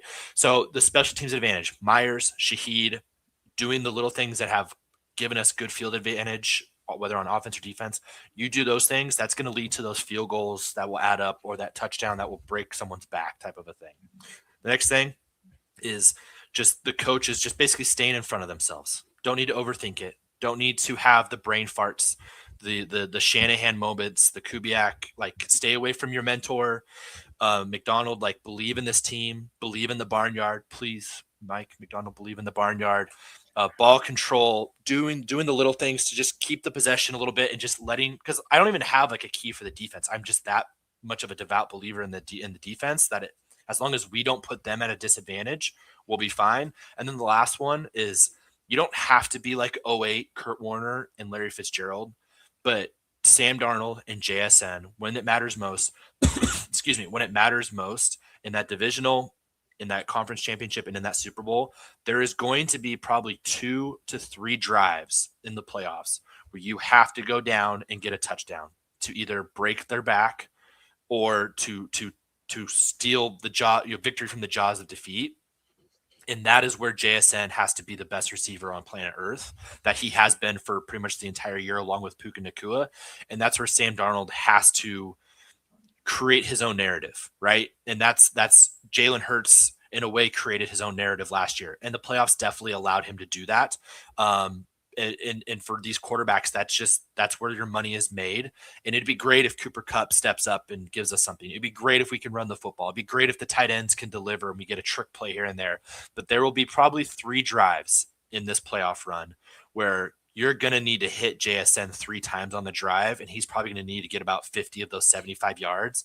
And on that 3rd and 8, like that 3rd and 8, that 3rd and goal, can you find JSN and get that touchdown? Or because if not, you're probably going home. And that's, at the end of the day, that's kind of how the NFL is based on. What do you do on 3rd and 8, 3rd and 7, 4th and 8, 4th and 7, 4th and 10, or 3rd or 4th and goal? Can you get the touchdown? That's probably is the difference between this team hosting the Lombardi Trophy in a year that feels somewhat attainable if you can get out of the NFC, or being one and done even as the 1 seed. Okay, gentlemen, you didn't leave me a whole lot to talk about, so I'll try and make it. But my first thing is my first key is they got to start winning first down. Offensively, they've got to win first down and get out of exactly what you're talking about there, Mike. The 3rd and 8s, the 3rd and plus 10s. They have to win on first down. My second one, and it does come from the defense, Mike. So I did find one key for the defense. If they're going to be successful in January, they need to, at least in every game, create one momentum-changing defensive play. Yep. Turnover, sack of some sort, something that can truly change the momentum of the game in favor of them.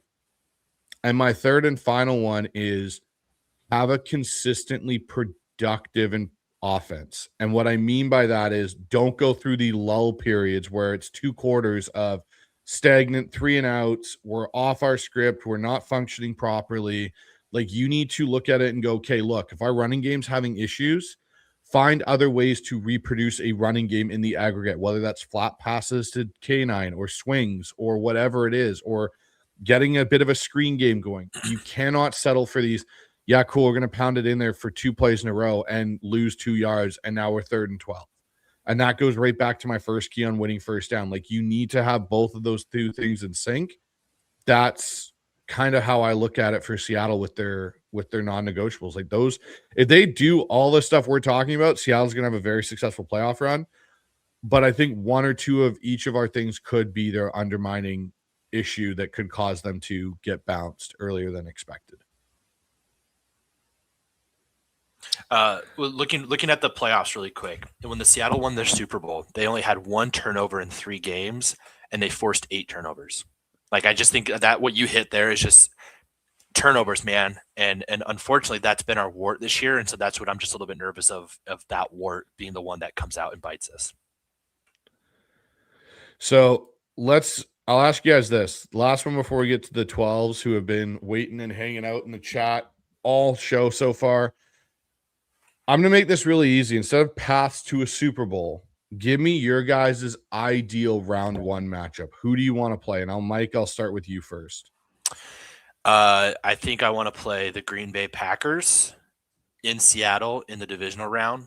I think the Green Bay Packers and the Bears are very, very similar in their play right now. And I think it took some fluky stuff for the Bears to win that game. And I think even if Green Bay has to go back to Chicago in a wild card game, even as the 7 seed, they've done it before as a 7 seed, going into Dallas and being the 2 seed Cowboys. I think the Packers would beat the Bears personally. And I think Green Bay in Seattle without Micah Parsons, that's the matchup that I think if Seattle gets the 1 seed, I think there's a real shot that actually happens. I think the NFC is that balanced that a 7 seed is more like a 5 seed this year. All right, Mookie, give me yours. So just to circle back on something, realizing that my mic was muted when I was about to say something. In that Super Bowl against Denver, the offense was great at moving the ball in that game. They were killing on 3rd down. They just barely ran any plays through no fault of their own. It's just that the special teams and defense are scoring touchdowns. So I think that it, in a way, it ironically, I think probably cost Russ an Super Bowl MVP shot because he was dialed in. After like sailing the first pass of the game, he was dialed in the rest of the night. But anyway, as far as this matchup, the ideal first round matchup is a first round bye is something that we're getting in the super chat. And I totally agree. As far as first playoff opponent, I'm going to go on the assumption that Seattle can get the number 1 seed. If they get the 1 seed, I want them to play whoever wins the NFC South between Tampa Bay or Carolina. You want to know why? Because that means that the 5, 6, and 7 are all out. And that means that San Francisco's out, Rams are out, Green Bay's out, in whatever order they. Oh my gosh, you're right. It's funny. I've kind of stumbled upon this.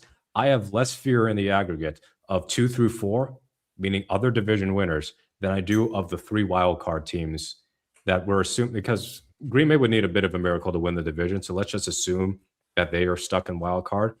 And if Seattle wins the division, Niners and Rams are stuck in wild card. That is absolutely one of the rare times where you could go, at least 2 of those 3 wild card teams could make a legit Super Bowl run. If Green Bay still had Parsons, I would also add them in the mix, but because they don't, I don't think so. So yeah, give me Carolina or Tampa Bay as a divisional round matchup in a 1 versus 4. And if they don't win the division, still give me the NFC South winner in a 5 versus 4. They can still be 6. Let's not leave that out, but let's hope that they're the 5 seed. I'd rather play the NFC South winner than go to Philadelphia, as much as Seattle's kicked Philadelphia's ass for years. Yeah. Could you imagine divisional weekend, you're hosting Carolina on Saturday, and then the next day we get to watch the Philadelphia Eagles have to go to Chicago in like a blizzard or freezing windy temperature after we probably just kicked the living shit out of the Carolina Panthers? Like, sorry. But like, not trying to jinx it, but like, could you just imagine that after what we spent the last 3 months dreading the inevitable trilogy that's going to happen with the 49ers or Rams, and then all of a sudden you're like, where'd they go? Yes, that's kind of like when Minnesota and Detroit and Green Bay last year all got bounced in their first playoff game. It's Philadelphia. Philadelphia had the dream scenario. I don't think anyone of us thought Philadelphia was the best team in the NFC, and then all of a sudden you look up and it's like, holy crap, that NFC looks horrific. Yep, absolutely. So I'm in the same mindset. Hopefully it's a first round playoff bye for Seattle. The first team that they play, I would be okay with the Chicago Bears coming to Seattle. And the reason why I'll say that, again, young quarterback that banks on athleticism and not playing on time. And the other thing is, I get Caleb Williams is really good at extending plays. He's never had to play against a Mike McDonald defense that handles that pretty well in a lot of ways. But 2, he's never been chased around the field by Nick Eamon-Wari.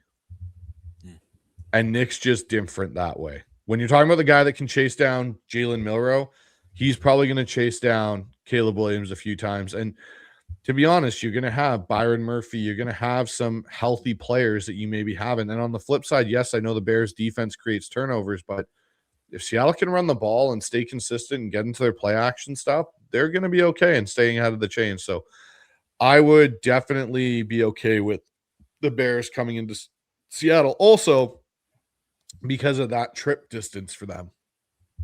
That's a long trip.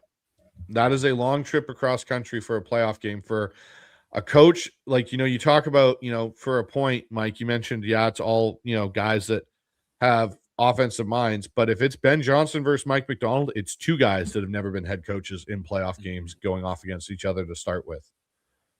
Mm-hmm. For sure. So with that being said, guys, let's talk to the 12s here that have been in the chat. They've all been super patient and been having their own conversations, which is awesome as always. So we'll start this one off.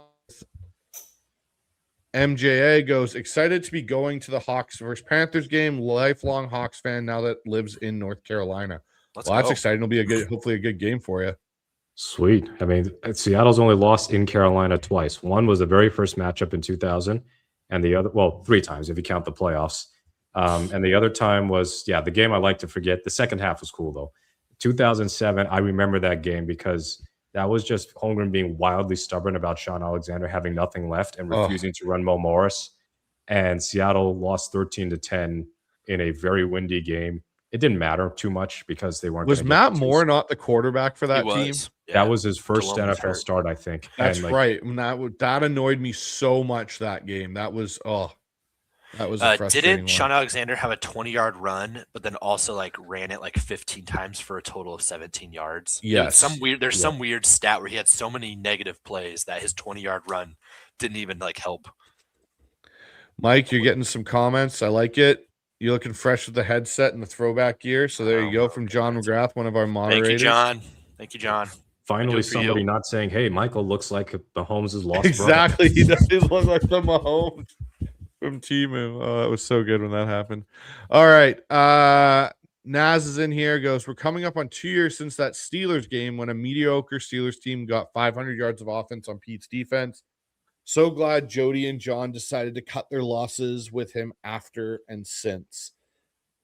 Yeah, it's true. Like you look at that game, really was the crux of the end for Pete. I'd say there's two things that stick out to me about that year. You had that game, and then you had the win versus Philly, where Pete did something that he had never done before, which was after the post game press conference, everything. And that was also the game. I think the game Pete wore a hat, which we hadn't really seen before, only a couple of times.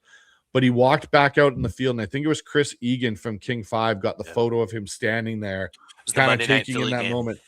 And I think I messaged, it might have been you, Mike, or it might have been Dan. I said, I think this is the end for Pete. I think this is Pete realizing that was his last win at Lumen Field as the Seahawks head coach. Yeah, that was that Pittsburgh game was one of the worst. But if Pete is in Vegas to deliberately sabotage the Raiders and give us Max Crosby, that would be an amazing double agent parting gift. Well, before we finish this, we'll talk a little bit about Crosby. Once we get through these, we'll talk a little bit about the Crosby news. I know there's someone's got an itch they need to scratch with that whole thing. We got Good Lucking goes, Darnold needs to be careful. He struggles against zone repeatedly, and Carolina plays a lot of zone. So can I just say, like, I'm excited about that then? I want to see Darnold get that experience then. If you truly believe that. I don't though. He's diced up a lot of zone-based teams this year. I don't think that's a fair assessment, and I've looked at the stats and it doesn't really line up either. So even so, there's a difference between playing a zone defense that's actually good, and Carolina's is just mediocre. Not good. So yeah. We got Jason James in here. Goes franchise left tackle, laughing my ass off. Yeah, if you want to overpay for average, well, I don't. I think this goes back to the comment about Charles Cross. I think we also have to really look at the term franchise and stop looking at it in the light that we used to with like franchise players like a Peyton Manning, where you're talking about top of the top and that's your franchise, and go with like franchise now has a different term to it in some respects. Like Charles Cross is a top 12 NFL left tackle. He's going to get extended, and he's going to play many more years in Seattle. He is a part of their. He's going to be the left tackle of maybe one of the most dominant eras of Seattle Seahawks football. So, franchise non-quarterback means you are getting at least a second contract. The number of players who stay with their team for 12 years and more is maybe less than a tenth of a percent. So if we can get 8 years out of Charles Cross, 9 years, it's a win. I'd be pretty satisfied with that. 100%. Agreed. More than we got out of Russell Okung. Thank you, Russell Wilson. Thank you. John comes back in. Hey, Bryce, the Seahawks are going to get to that 13th win this week. 13-4 Island looking legit, as Mookie already had brought up. Hopefully we can also get to 14-3 Island too. I'm just going to call 14-3 not an island. I'm going to call it a continent, because nobody thought we were getting there this year. So if I can get to 14-3 continent there, I'll be happy. I'll take my rowboat and make my way over after 13 wins. I hope people realize that if Seattle does win out, Sam Darnold will have been on, over the last 3 seasons, the number 1 seed in San Francisco, and then the best finishing wild card team in NFL history, and then maybe another number 1 seed. Well, definitely another number 1 seed if they win out. I mean, he would have been a part of like a 13, 14, and 14 win team. If he wins this weekend, I'm pretty sure he sets an NFL record for being the only quarterback ever to be on 2 teams back-to-back that went 13 wins, but not with the same team. Yep. So, and he's the starter all the way. He didn't miss any games, so we don't have to. And he gets to do it against Carolina, a team that didn't believe in him. Like it's just very much setting up nicely. It's funny when you listen to Sam talk about Carolina, though. There's no ill will there at all. Like he actually credits them for a lot of his turnaround that he had. That'll be sweet when we drop 35 on them on Sunday. I feel like Mike's got more revenge built into this than anybody. I'm fighting for Sam. You're fighting for Sam. All right. Naz comes back in. He goes, if it's the Packers at Lambeau, I'd be scared, but at home, I think we can take them. And I think that's fair. I think Packers at Lambeau is terrifying. Yeah, just got to watch out that Jordan Love, the moment he throws off his back foot, which is all the time, he can loop some amazing passes that few others can. I mean, he's just got the touch on his passes when he's accurate is unreal. Agreed. We got Jam and Freedom comes in, goes Matt. I think he's meant to say Matt LaFleur is going to get fired after this season. I don't think LaFleur is going to get fired. I think he's such a good coach. I'm sorry. I've always had immense respect for him. The only thing I will note, I don't think he'll get fired this year, but they didn't extend him this offseason. So he's playing he's coaching on a last year of his contract heading into next offseason. And they can't fault him for the way that the season's fallen apart with the injuries to Kraft and Parsons. Man, I wonder if somebody would try and trade for him. I don't know if he has that much cachet. Yeah, I'd be shocked if Green Hold Bay. on. I'm going to play off Mike's little thing here. What if you're Tampa Bay? Do you trade for another wicked offensive-minded guy like they did for Gruden? I'm just saying, right? Like if you're Tampa Bay and Matt LaFleur is not, because that was the same situation the Raiders were having with Gruden. They couldn't get a contract extension done. There was all that stuff, and finally they gave way. What if, the Buccaneers pony up and go, hey, we've still got a pretty good team. Let us go get a coach that can put us over the top and go trade for Matt LaFleur.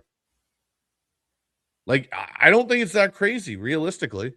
If you view it as you're an offensive mind. Yeah, Gruden was 2 firsts and 2 seconds. So I think that the offer would have to probably be 2 first-round picks for a head coach, right? Yeah, probably. Yeah. But if you're Tampa, you've got a pretty young team. You've got a quarterback in his prime and a very weak division. Let's be honest. The NFC South is weak outside of Carolina, who you're fighting with tooth and nail here. You let your offensive guy go out the door. If you're going to move off of Todd Bowles, why go for some unproven? Why not go try and trade for Matt LaFleur? I'm just saying, I'm putting that out there. It's just kind of an interesting theory for me. Interesting. We've got Blue and Green Zone. Always good to have you in the chat. Goes Rams and Niners are the only scary teams. I think, we've kind of put that to bed, that those are really our two scariest teams. That's where you just got to hope for that 7 seed. So that way you have to watch the Niners and Rams go at it in the divisional round. That would be fantastic. Again, this is a very unique year where the 7 seed is probably good enough to be the 4 or 5 seed or even the 3 seed most years. Honestly, Green Bay is going to finish what? 11, 6-1 at worst, probably.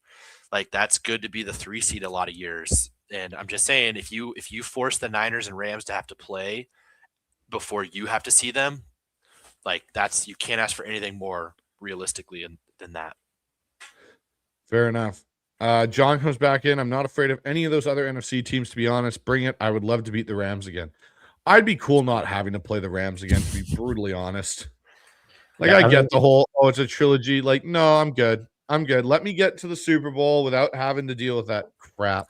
I think it's also just that thought of, like, and I think Niner fans will tell you, like, watching the Seahawks destroy the Broncos in that Super Bowl just made it even more painful of, like, oh my gosh, we were that close and we would have won the Super Bowl. I think it's going to be really, really hard if we lose to the Rams by like a field goal or a last second thing, and then we go watch them just go like obliterate the Patriots or the Broncos or something. Like, it's not very often you win 13 games. I think it's only happened 3 or 4 times in franchise history. Like, it's very rare, and it would just be brutal to have to see the Rams in the divisional round. I think it's 05 and 13, right? Yeah. 05 and 13. Again, 50 seasons, and you've only won 13 games twice. Like, we've never won 14 games. I understand it's a 17-game season, but like, I think that's the pit in my stomach as a fan, is we might go 14-3, and then the Rams come to Seattle in the divisional round. And I'm just like, oh gosh. We're all getting the flashback because the Rams have already knocked Seattle out of the playoffs. Yes. In 2004. 2004, the death by 1,000 drops that season. And then 2020, where John Wolford starts, but Jared Goff comes in and Cam Akers has his best game ever. And I got to be honest, that 2004 loss stings me more than the last one, because that Seahawks team could have actually gone on a significant run that year in the playoffs. Like, they were because that team catapulted into 2005's run of that team. Like, again, if Corn Robinson could have caught a cold, and so could Bobby Ingram, we would have been fine, because the following year Bobby barely dropped anything. Yeah. So Holy Hand Grenade comes in. I don't want to see the Rams for a third time. I agree with you, Holy Hand Grenade. I have no ambition of seeing the Rams again. Yeah. Here you go. John McGrath. Big Bryce is greater than little Bryce. Oh, I appreciate that, John. I definitely take little Bryce's bank account over mine, though. Especially if he gets that 50-year option. No kidding, right? I'd definitely take Oh my that. John, continue to be bummed that Horton is not available. Yeah, I think Horton is definitely done for the year. I think that's what we're going to find out here. Yeah, which is a bummer because like Isaac Tesla has taken over the not catch a lot of passes, but somehow they're all touchdowns mantle away Oh, from I him know. during Torrey's absence. We got Bird Doe Getta goes Bryce Dope hat. Yes, my new Christmas Seahawks hat. I gotta give shout out to my mother-in-law and family for this one. This was a pretty good choice, kind of a unique look. I always like the unique looking hats, so appreciate that. Always try and get a new hat before the end of the season. We've got Ole in here goes, hope that's not the case, but that's a fair outlook, Bryce. I think that was in regards to like my January formula and what if it goes wrong for Seattle is not ideal. And then Ole actually comes in with a donation, or OEL comes in with a donation of $5 because my ideal first round matchup is a first round bye. Well, no arguments there with you on that one. So, okay, guys, John's kind of, and this is why I said we'll save it because I know Mike's got a itch he needs to scratch. Apparently, so is John McGrath. Go get Crosby, John Schneider. You know we will want out now that the Raiders have disrespected him like this. Let's discuss it, boys, before we end this show. What is going on, and what do you think will happen with Max Crosby? Whether he's a Seahawk or not, he's definitely not a Raider in 2026. Like, Pete's not a Raider in 2026, but I know Crosby ain't. I think he's been through this too many times. Some of it, he should not have vouched for Antonio Pierce because Pete's predecessor was also out of his depth. It's just interim head coach can get hot sometimes, and that doesn't mean you give him the job. But Crosby is still playing his ass off. I mean, he's still playing at a pretty high level, even through this injury. But I don't see how the Raiders reconcile this. And I think they're going to do a full-scale rebuild, and that means moving on from Geno too. And Crosby is going to be one of their few tradable pieces, I think, to get a haul. They might end up with the number one pick. I mean, they're trying. They shut down Bowers. They shut down Crosby. I don't know what more they want to do as far as trying to out-lose against the Giants and get that number one pick to get Fernando Mendoza or whomever. But I think Seattle's going to make a push for an alpha pass rusher. I mean, they just kind of have to. It's fool's gold to think Maffe's not coming back. I'm sure of that. And then it's a little bit lofty to think Derek Hall is going to have a huge year 4 leap. He's been good, but even with the 1 sack or whatever he's got this year, I don't see him being an alpha high-level pass rusher. He can be kind of a good complementary piece, but keeping in mind you might not get another good year out of Lawrence like this, and Chenna is coming up on the last year of his deal next year, take that swing. I know you're lacking draft picks right now, but if you can get somebody like Max Crosby, that's the one thing Mike McDonald has not had in his Baltimore defenses or in the Seattle defenses is that alpha pass rusher, so he doesn't have to come up with all these games to get pass rushed by committee. I think that would totally change what he does schematically if he knows he has a guy who can get in and get double-digit sacks and defend the run effectively like Crosby can. All right, Mike, the floor is yours. No, I agree with everything Mookie said. Like you know, Bryce, you and I have been talking about this since long before the trade deadline, probably since the summertime. It really felt like it was getting close potentially around the trade deadline. We don't know the whole story, but it does sound like it got conversations were had, right? Very real conversations were had. And it feels like at this point, the Raiders are ready to tank. They're ready to do a full rebuild. And Max has been very loyal to that franchise. That franchise has done a lot for him as well. Let's not forget that. But there comes a time where it does really it all feels like it's coming together perfectly, right? To where they want to do a reset. They might screw around and cost themselves the number one pick if they beat the Giants at home on Sunday. That definitely sounds like something Pete Carroll might do. And then I could see them just firing his ass before the end of the season. I don't think they'll actually do that, but like I can see Pete being like, boy, this was great. This is a great win. And then like behind closed doors, they're like, or Pete, what the hell were you doing, man? So I could see them wanting to collect picks even. And I think the other part of this is that it's just not a draft that screams star power, right? And so this is a draft where it is not the end of the world that you don't have a lot of picks.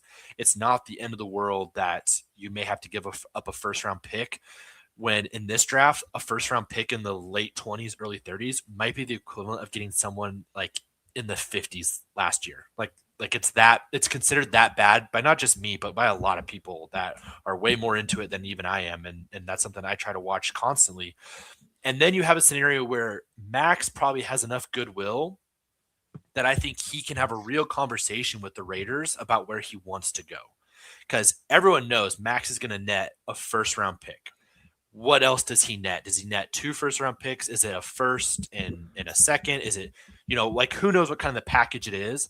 And I think other than the Los Angeles Rams with their 2 first round picks, because I don't think the New York Jets are going to trade all of their picks to go get Max Crosby, right? That doesn't fit the timeline. I think there's a real scenario where that makes a lot of sense. And you put Max Crosby on the Seattle Seahawks defense, who knows what 2026 looks like? Injuries, schedule, things can change. But on paper, that might break the NFL.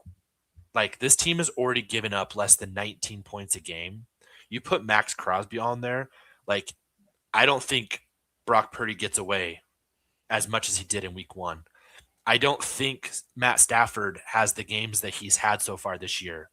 Against the Seahawks. I don't know if Baker Mayfield is as dominant against our beaten down secondary, because Max is going hell bent. Like, it's hard to find a guy that looks like he's working harder in the NFL than Max Crosby on a shitty Raiders team.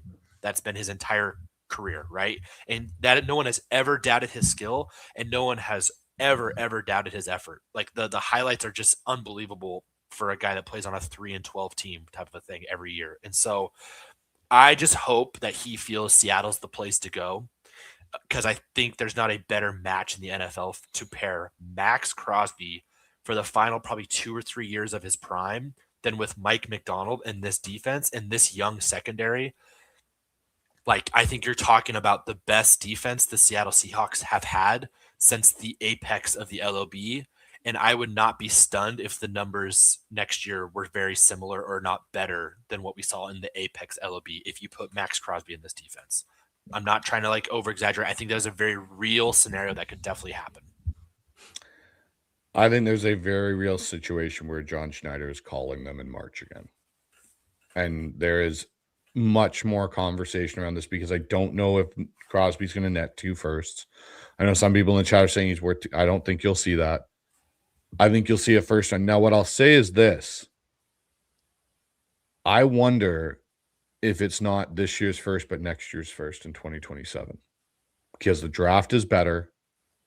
Seattle, if they finish where we expect they could end up finishing, it is a late first-round pick in a bad draft. If I'm the Raiders, I may want a 2027 pick. Even a late first in that might be a better class to get a player out of value-wise.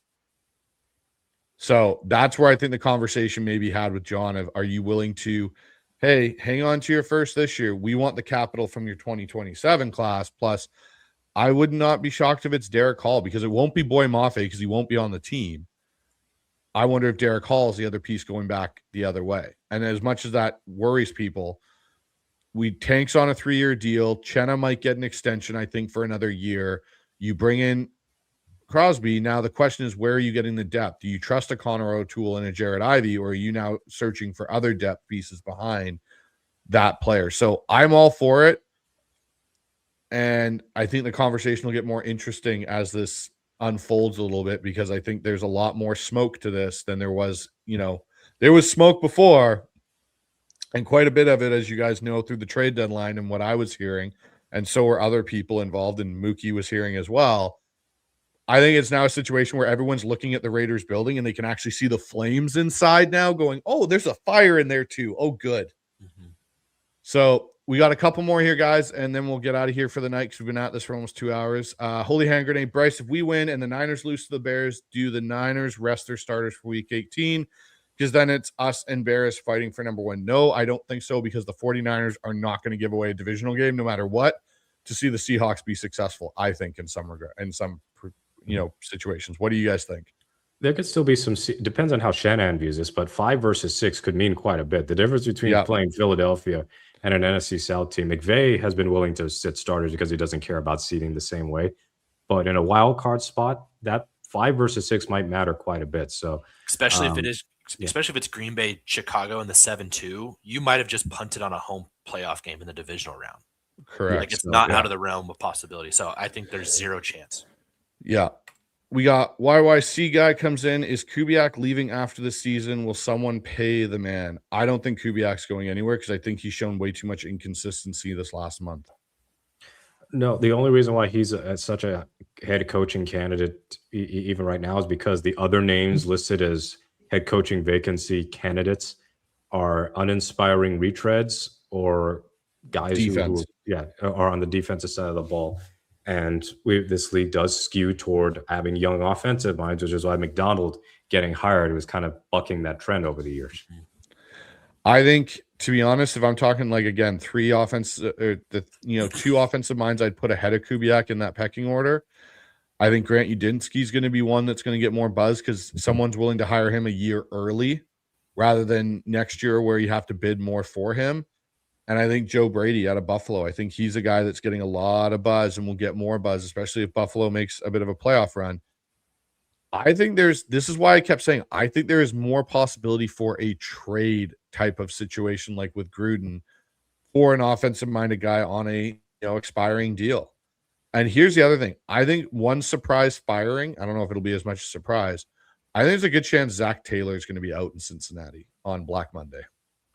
Yeah, I know they're saying since Taylor is safe, but I mean, that team has kind of been the same whether Burrow is there or not. And they don't look well coached. That's the problem. And that defense is unacceptably bad. I mean, last week, notwithstanding playing a piss poor Miami team, they are so poor in that front that I don't care which quarterback you have. If they got to score 40 every week, you're not going to get 10. Saleh should go to Cincinnati. He should leave San Francisco and go to Cincinnati. Absolutely. I think that he should leave San Francisco. I think Shula should absolutely take a head coaching job. Yeah, they should both go to Cincinnati. No, Shula goes to Vegas. No, Shula goes to Vegas. Saleh goes to Cincinnati. Matt LaFleur goes to Tampa Bay, and then Green Bay can just kind of, I don't know. Zach Taylor goes to Green Bay. There we go. We've moved it all around. It's fine. OEL comes back in with another $5 donation. One more thing. Seahawks should beat both Niners and Panthers. Both their defenses per DVOA aren't exactly stellar. Totally agree with you, OEL.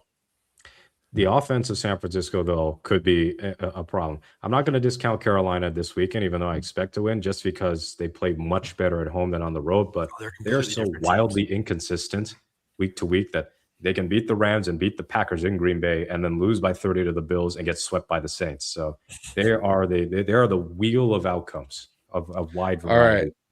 I got two more here. One from Fro goes, the Seahawk franchise is an attractive place for players now. Totally agree, and I've heard that from people within that building that this is now becoming a attractive destination again for players to come. Not that it wasn't before, but now with Mike Macdonald there and the new kind of regime going through there, it's definitely brought back the life to that franchise because for a bit there it was kind of not exactly a number one destination for a lot of free agents. And here's the other one from Amy Holmes, our moderator in the chat. Goes, with JS's track record of his big trades, win and win, would Las Vegas want to trade with him? Yeah, he also has a few duds. I think he's a big before swing. Las Vegas, he shipped off Geno there, and that did not go well for anyone in Las Vegas. Like, I think there would have been a trade. Well, put it this way. I'm almost certain this trade would have occurred in October if Pete Carroll was not the head coach there. Mm-hmm. And I also don't think it's Pete's decision to shut down Crosby, despite that kind of inane rambling. That classic trying to keep his job. Yeah, he's not team tank, but people upstairs might be team tank. Correct. All right, gentlemen. Well, with that being said, let's get we'll quickly do that. You guys' prediction for the game on Sunday. Mike, you go first. What's the final score? What's your prediction for Sunday? I'm going to go 31-13. I think Seattle makes Bryce Young have to move the ball up and down the field, and we find out that he can't do that without the big plays or penalties and stuff like that. And I think the offense plays. I think they kind of continue the momentum that we saw at the end of Thursday night. I really think these are two teams coming off huge emotional wins, and I think Seattle having a few extra days, and then Mike McDonald's a freaking wizard at 10 a.m. on the East Coast. And I think it might start off a little slow in the first quarter, but I really do think this offense is going to continue to play well. I think you're going to see a good Sam Darnold game. And I think Carolina's looking towards Tampa more so than Seattle's looking ahead to San Francisco. So 31-13 Seahawks. All right, Mookie, you're up. I think it'll be a little closer than people expect, or it'll be an aggravating performance because the game will be close for a little bit too long. But it's going to be 30-20, Seattle winning, and that Bryce Young will have some impressive moments, but he'll also have some bad misses and some turnovers, or at least a turnover that helps swing the game in Seattle's favor. Smith-Njigba gets over 100 yards. Darnold plays a mostly clean game. The running game is effective, and I think that special teams, again, will also have a big play here, whether a Shaheed big punt return or like a block punt, something like that. And Seattle will get the W and keep the winning ways on the road. I mean, they could end up having another outstanding franchise road record. Actually, wait, if they went out, they'd be 8-1 on the road. So that would be the new franchise. Insane. That's insane. I mean, that's incredible. It's Seahawks. It's actual Seahawks against Seahawks East, knowing how many ex-Panthers, ex-Seahawks are on the Panthers roster and on the coaching staff and all the way up to the front office with Dan Morgan. So, yes, it's a Seahawks versus their affiliate club.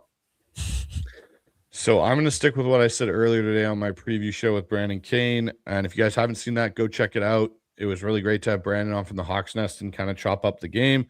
But I'm going 27-17. I think it's a 10-point game. I think it's closer than people want it to be in that, especially with the first half, because it's not now just an odd thing for Seattle's offense. It's almost a trend now. It's been a month for that first half to be 6 points or less or a dud. And that's something that this team's got to figure out. And maybe they figure it out this week. I don't know. But it'll be interesting because I think if Seattle can get over this one, beat the Panthers, I think that matchup with the 49ers is going to be that much more interesting, and I like our chances in that rematch considering how close we were in week one when everyone on that Niners team was practically healthy. So with that being said, guys, if you guys haven't already, go over to Field Goals, check out Mookie Alexander and Michael's stuff over there. Mike, what column do you have coming out that people can go take a look at? Yeah, I'll have the 4-down territory after the Seahawks win.